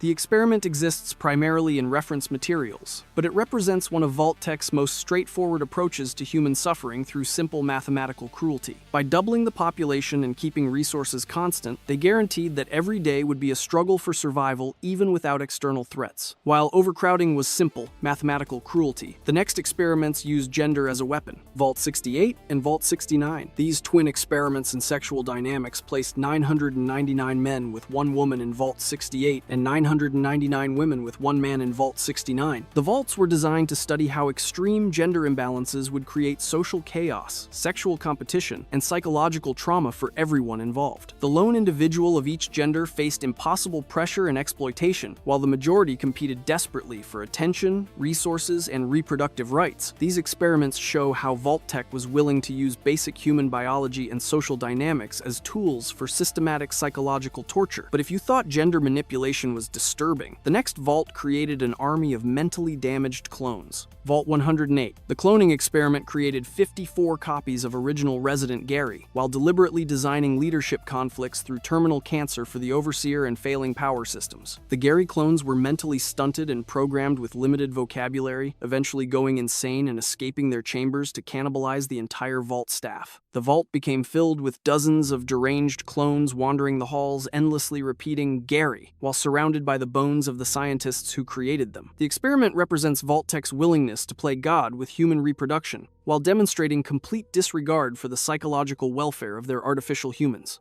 While cloning created physical horror, the next vault weaponized art itself. Vault 92. This experiment housed musicians who were exposed to white noise and hypnotic frequencies designed to make them violent through subliminal psychological manipulation. The vault tested whether creativity and artistic expression could be controlled and weaponized through sound-based brainwashing techniques. The audio manipulation eventually drove residents to madness and violence, turning artists into killers while proving that even humanity's most beautiful expressions could be perverted into tools of control. The experiment shows how Vault-Tec viewed every aspect of human culture as potential ammunition for their psychological warfare research. But if you thought weaponizing music was twisted, the next vault used paranoia as a surgical instrument. Vault 19. This paranoia induction experiment divided residents into red and blue sectors with separate overseers, using subliminal messaging, flickering lights, strange drafts, falsified medical records, and limited water supplies to create artificial distrust. Red residents believed blues were poisoning them, while blues thought reds were sabotaging resources, creating escalating conflicts that tore the community apart. The experiment was technically a failure because the vault's location above sulfur deposits created real paranoia symptoms like headaches and nausea, making it a chemical rather than non-chemical means of inducing paranoia. The vault demonstrates how easily people can be manipulated into hating each other over completely fabricated differences when authority figures control the information flow. These documented experiments represent just the vaults that made it into the final games, but the cut content reveals even darker possibilities. Vault 120. Todd Howard confirmed this cut Fallout 4 content would have featured a BioShock-style underwater vault with a massive, sentient octopus living outside the facility. The underwater vault would have combined claustrophobia, isolation, and the constant threat of a giant intelligent predator that could potentially breach the facility at any time. This cut content shows how much darker and more ambitious Fallout 4's vault experiments originally were before being scaled back for the final release. The concept demonstrates that Vault-Tec's imagination for human suffering extended even to the ocean floor. While underwater horror was cut from the final game, other cancelled vaults explored different forms of family destruction. Vault 29. From the cancelled Van Buren Fallout 3, this vault only admitted children under 15 years old, permanently separating them from their parents, who were sent to different facilities. The experiment was designed to study child development without adult guidance, while using the trauma of family separation as a psychological variable. Children would have been raised by AI systems while never knowing what happened to their parents or siblings, creating a generation of psychologically damaged individuals. This family separation experiment represents pure cruelty, disguised as developmental psychology research. If you thought separating families was evil, the next vault added wild animals to make survival even more impossible. Vault 43. This survival horror scenario locked 20 men, 10 women, and 1 panther together to study how desperate humans would react to a deadly predator in their living space. The experiment exists only in reference materials, but represents Vault-Tec's willingness to use apex predators as experimental variables in human behavior studies. Residents would have faced the constant threat of being killed and eaten while trying to maintain some form of civilization in an impossibly dangerous environment. The Vault shows how Vault-Tec viewed both humans and animals as disposable components in their twisted scientific experiments, but the released games contained even more sophisticated forms of psychological manipulation. Vault 75. Hidden beneath Malden Middle School, this eugenics experiment only admitted children under 15 while immediately executing all adults upon entry. Children underwent rigorous physical training and combat drills while being told they were preparing for Uptoplanned, but at age 18 they were sorted into 3 categories. Genetically superior children had their genetic material harvested, then were killed. Intellectually superior but physically weak children were recruited as scientists, and inferior children were executed immediately. A child named Rohit discovered classified papers and organized a successful uprising with James and Alma, aided by Washington, a former resident turned scientist who had grown attached to the younger children. When players arrive, only gunner mercenaries and skeletons in Vault-Tec uniforms remain as evidence of this systematic child harvesting operation. While child harvesting was openly murderous, the next vault used false hope as a weapon. Vault 81. This vault was designed to test experimental pathogens on residents using mole rats as carriers, but Overseer Olivet discovered the secret lab and locked the scientists inside, allowing residents to live normally for over 200 years. When the sole survivor arrives, a child named Austin accidentally enters the hidden lab and contracts mole rat disease, which causes permanent health damage and can only be cured with a single Vault 81 cure found in the lab. This creates one of Fallout 4's most difficult moral choices, where players must decide whether to save themselves or save the child, showing how even subverted Vault experiments continue to create ethical dilemmas centuries later. If you thought moral dilemmas were cruel, the next Vault deliberately destroyed people who had overcome their worst problems. Vault 95. Located in the glowing sea, this vault housed 72 former chem addicts who were successfully rehabilitated over 5 years with no access to drugs. After 5 years of sobriety and recovery, a hidden stash of psycho and other chems was automatically unlocked, and the vault descended into chaos as residents murdered each other for drugs. The experiment proved that psychological addiction persists even after physical recovery, making recovery meaningless when temptation returns. By 2287, the vault is overrun by gunners, and Kate's companion quest involves using the vault's clean room technology to cure her addiction, though this only addresses physical dependence. But Vault-Tech's cruelty extended beyond just psychological manipulation to deliberate radiation exposure. Vault 12. Built beneath Bakersfield with a vault door designed not to close properly, this experiment deliberately exposed residents to radiation to study long-term effects on human physiology. Most residents became ghouls and eventually founded Necropolis under the leadership of Set, who drove out the original human overseer. In Fallout 1, players must retrieve the water chip from this vault, but doing so cuts off Necropolis's water supply, forcing players to choose between saving their own vault or helping the ghoul community survive. The vault represents one of Vault-Tech's most straightforward biological experiments, with lasting consequences for the entire wasteland. While radiation exposure was scientifically brutal, the next vault used social class as a torture device. Vault 114, advertised as luxury accommodations for Boston's upper class, this vault was actually built with shared dormitory-style rooms, communal bathrooms, no luxury amenities, and Soup Canhary, a paranoid homeless man, as the designated overseer. The experiment was designed to study how wealthy elites would cope with sudden loss of privilege and authority, forcing them to live in conditions worse than most lower-class housing. The vault was never completed due to the bombs falling early, ironically saving the wealthy residents from Vault-Tech's class warfare experiment. When players arrive, it's overrun by Triggermen holding Nick Valentine captive. If you thought class warfare experiments were sophisticated, the next vault let artificial intelligence conduct its own sadistic research. Vault 51. This Appalachian vault was overseen by a ZAX supercomputer tasked with selecting the perfect overseer through competitive elimination, forcing residents into increasingly violent challenges while the AI observed and manipulated them. The computer would pit residents against each other until only one remained, treating human life as variables in its twisted selection algorithm. Evidence suggests residents eventually discovered Zax's manipulation and rebelled, with bodies found throughout the vault showing various causes of death as some fought while others committed suicide rather than participate. 2 vault dwellers rigged the door mechanism to permanently seal the vault from outside, trapping the murderous AI inside with the consequences of its experiment. But Vault-Tech also conducted experiments with legitimate purposes that still went horribly wrong. Vault 79. This vault stored the entire U.S. gold reserve under Secret Service protection, with the vault number 79 corresponding to gold's atomic number on the periodic table. While this represented one of the few vaults with a legitimate protective purpose rather than an experiment, reactor failure turned half the Secret Service into feral ghouls, trapping the survivors for months without supplies. The vault shows how even Vault-Tech's non-experimental facilities became death traps through poor maintenance and design flaws, proving that the company's incompetence was as dangerous as their deliberate cruelty. While most vaults are well documented, some exist only as mysterious references in terminal entries.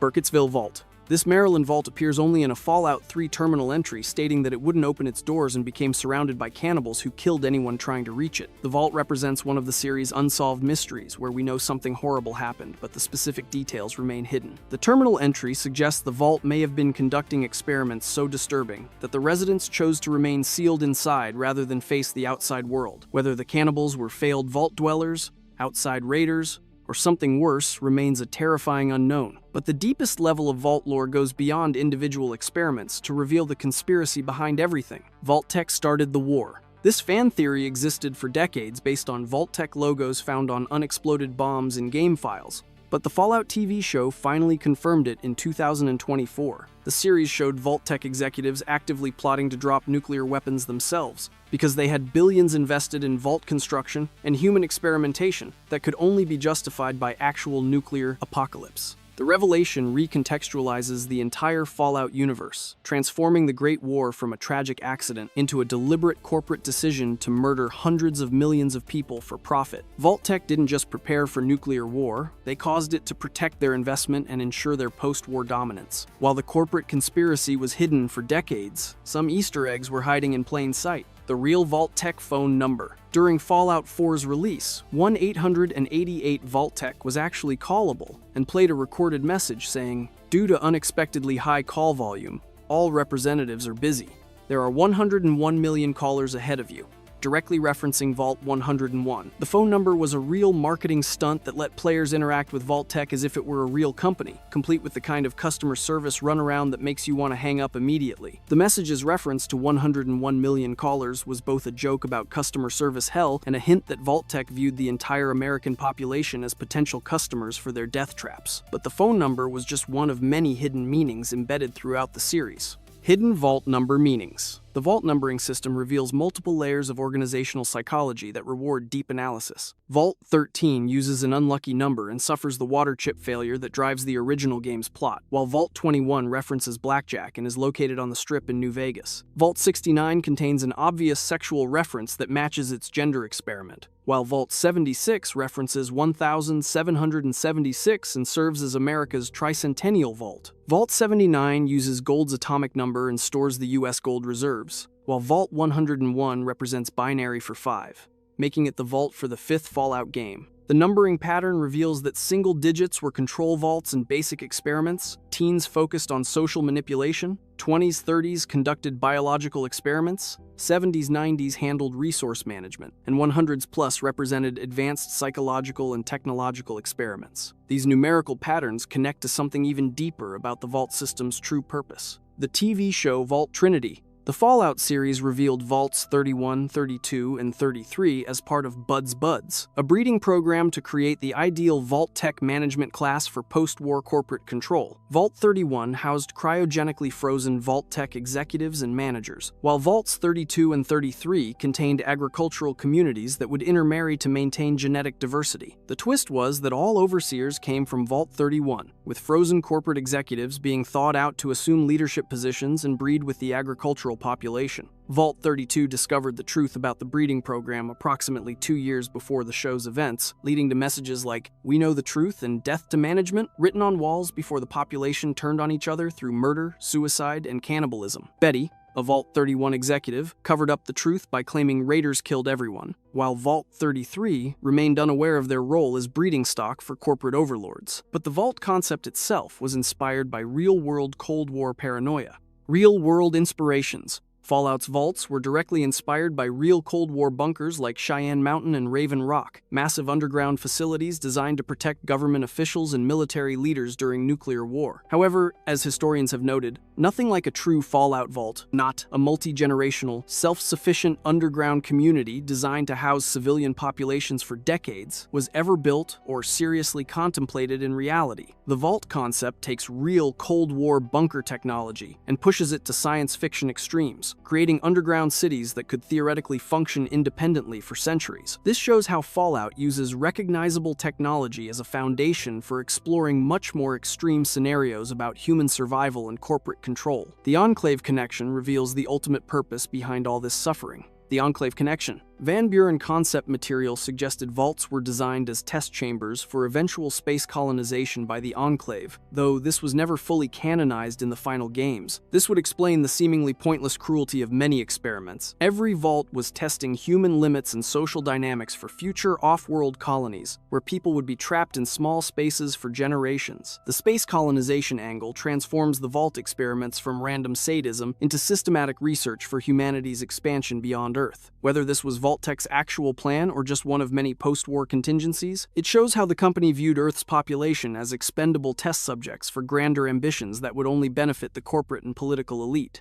The development history reveals something fundamental about how the Vault system evolved. Development meta lore. The Vault experiments weren't part of the original 1997 Fallout and were added by Tim Kaine after Fallout 1's release, when he realized the Vault concept needed more depth and complexity. The original game was designed to use the GURPS system until Steve Jackson Games objected to the violence, forcing creation of the Special system in just 1 week under intense development pressure. This development history shows how the Vault experiments evolved from simple bomb shelters into the elaborate torture chambers that define the series today. The fact that the most iconic element of Fallout lore was essentially an afterthought proves that sometimes the best ideas come from expanding and improving on simple concepts rather than having everything planned from the beginning. From simple shelters to corporate conspiracy to breeding programs for management classes, the Fallout Vault Iceberg reveals how a seemingly straightforward post-apocalyptic premise conceals layer after layer of systematic horror. Each level down exposes more of Vault-Tech's willingness to treat human beings as expendable test subjects in pursuit of scientific knowledge, corporate power, and post-war dominance. The Iceberg format shows how Fallout rewards deep engagement, with casual players seeing adventure and exploration while dedicated fans discover a comprehensive critique of corporate capitalism, government complicity, and the willingness of authority figures to sacrifice entire populations for their own benefit. The Vaults prove that in the Fallout universe, the greatest enemy of humanity was never nuclear war or radiation, but the human capacity for treating other humans as disposable resources in service of abstract goals, whether those goals were scientific advancement, space colonization, corporate profit, or the creation of a compliant management class to rule over the ashes of the old world. If you enjoyed this deep dive into the Fallout Vault Iceberg and want to see every Fallout state explained, click the video on the screen.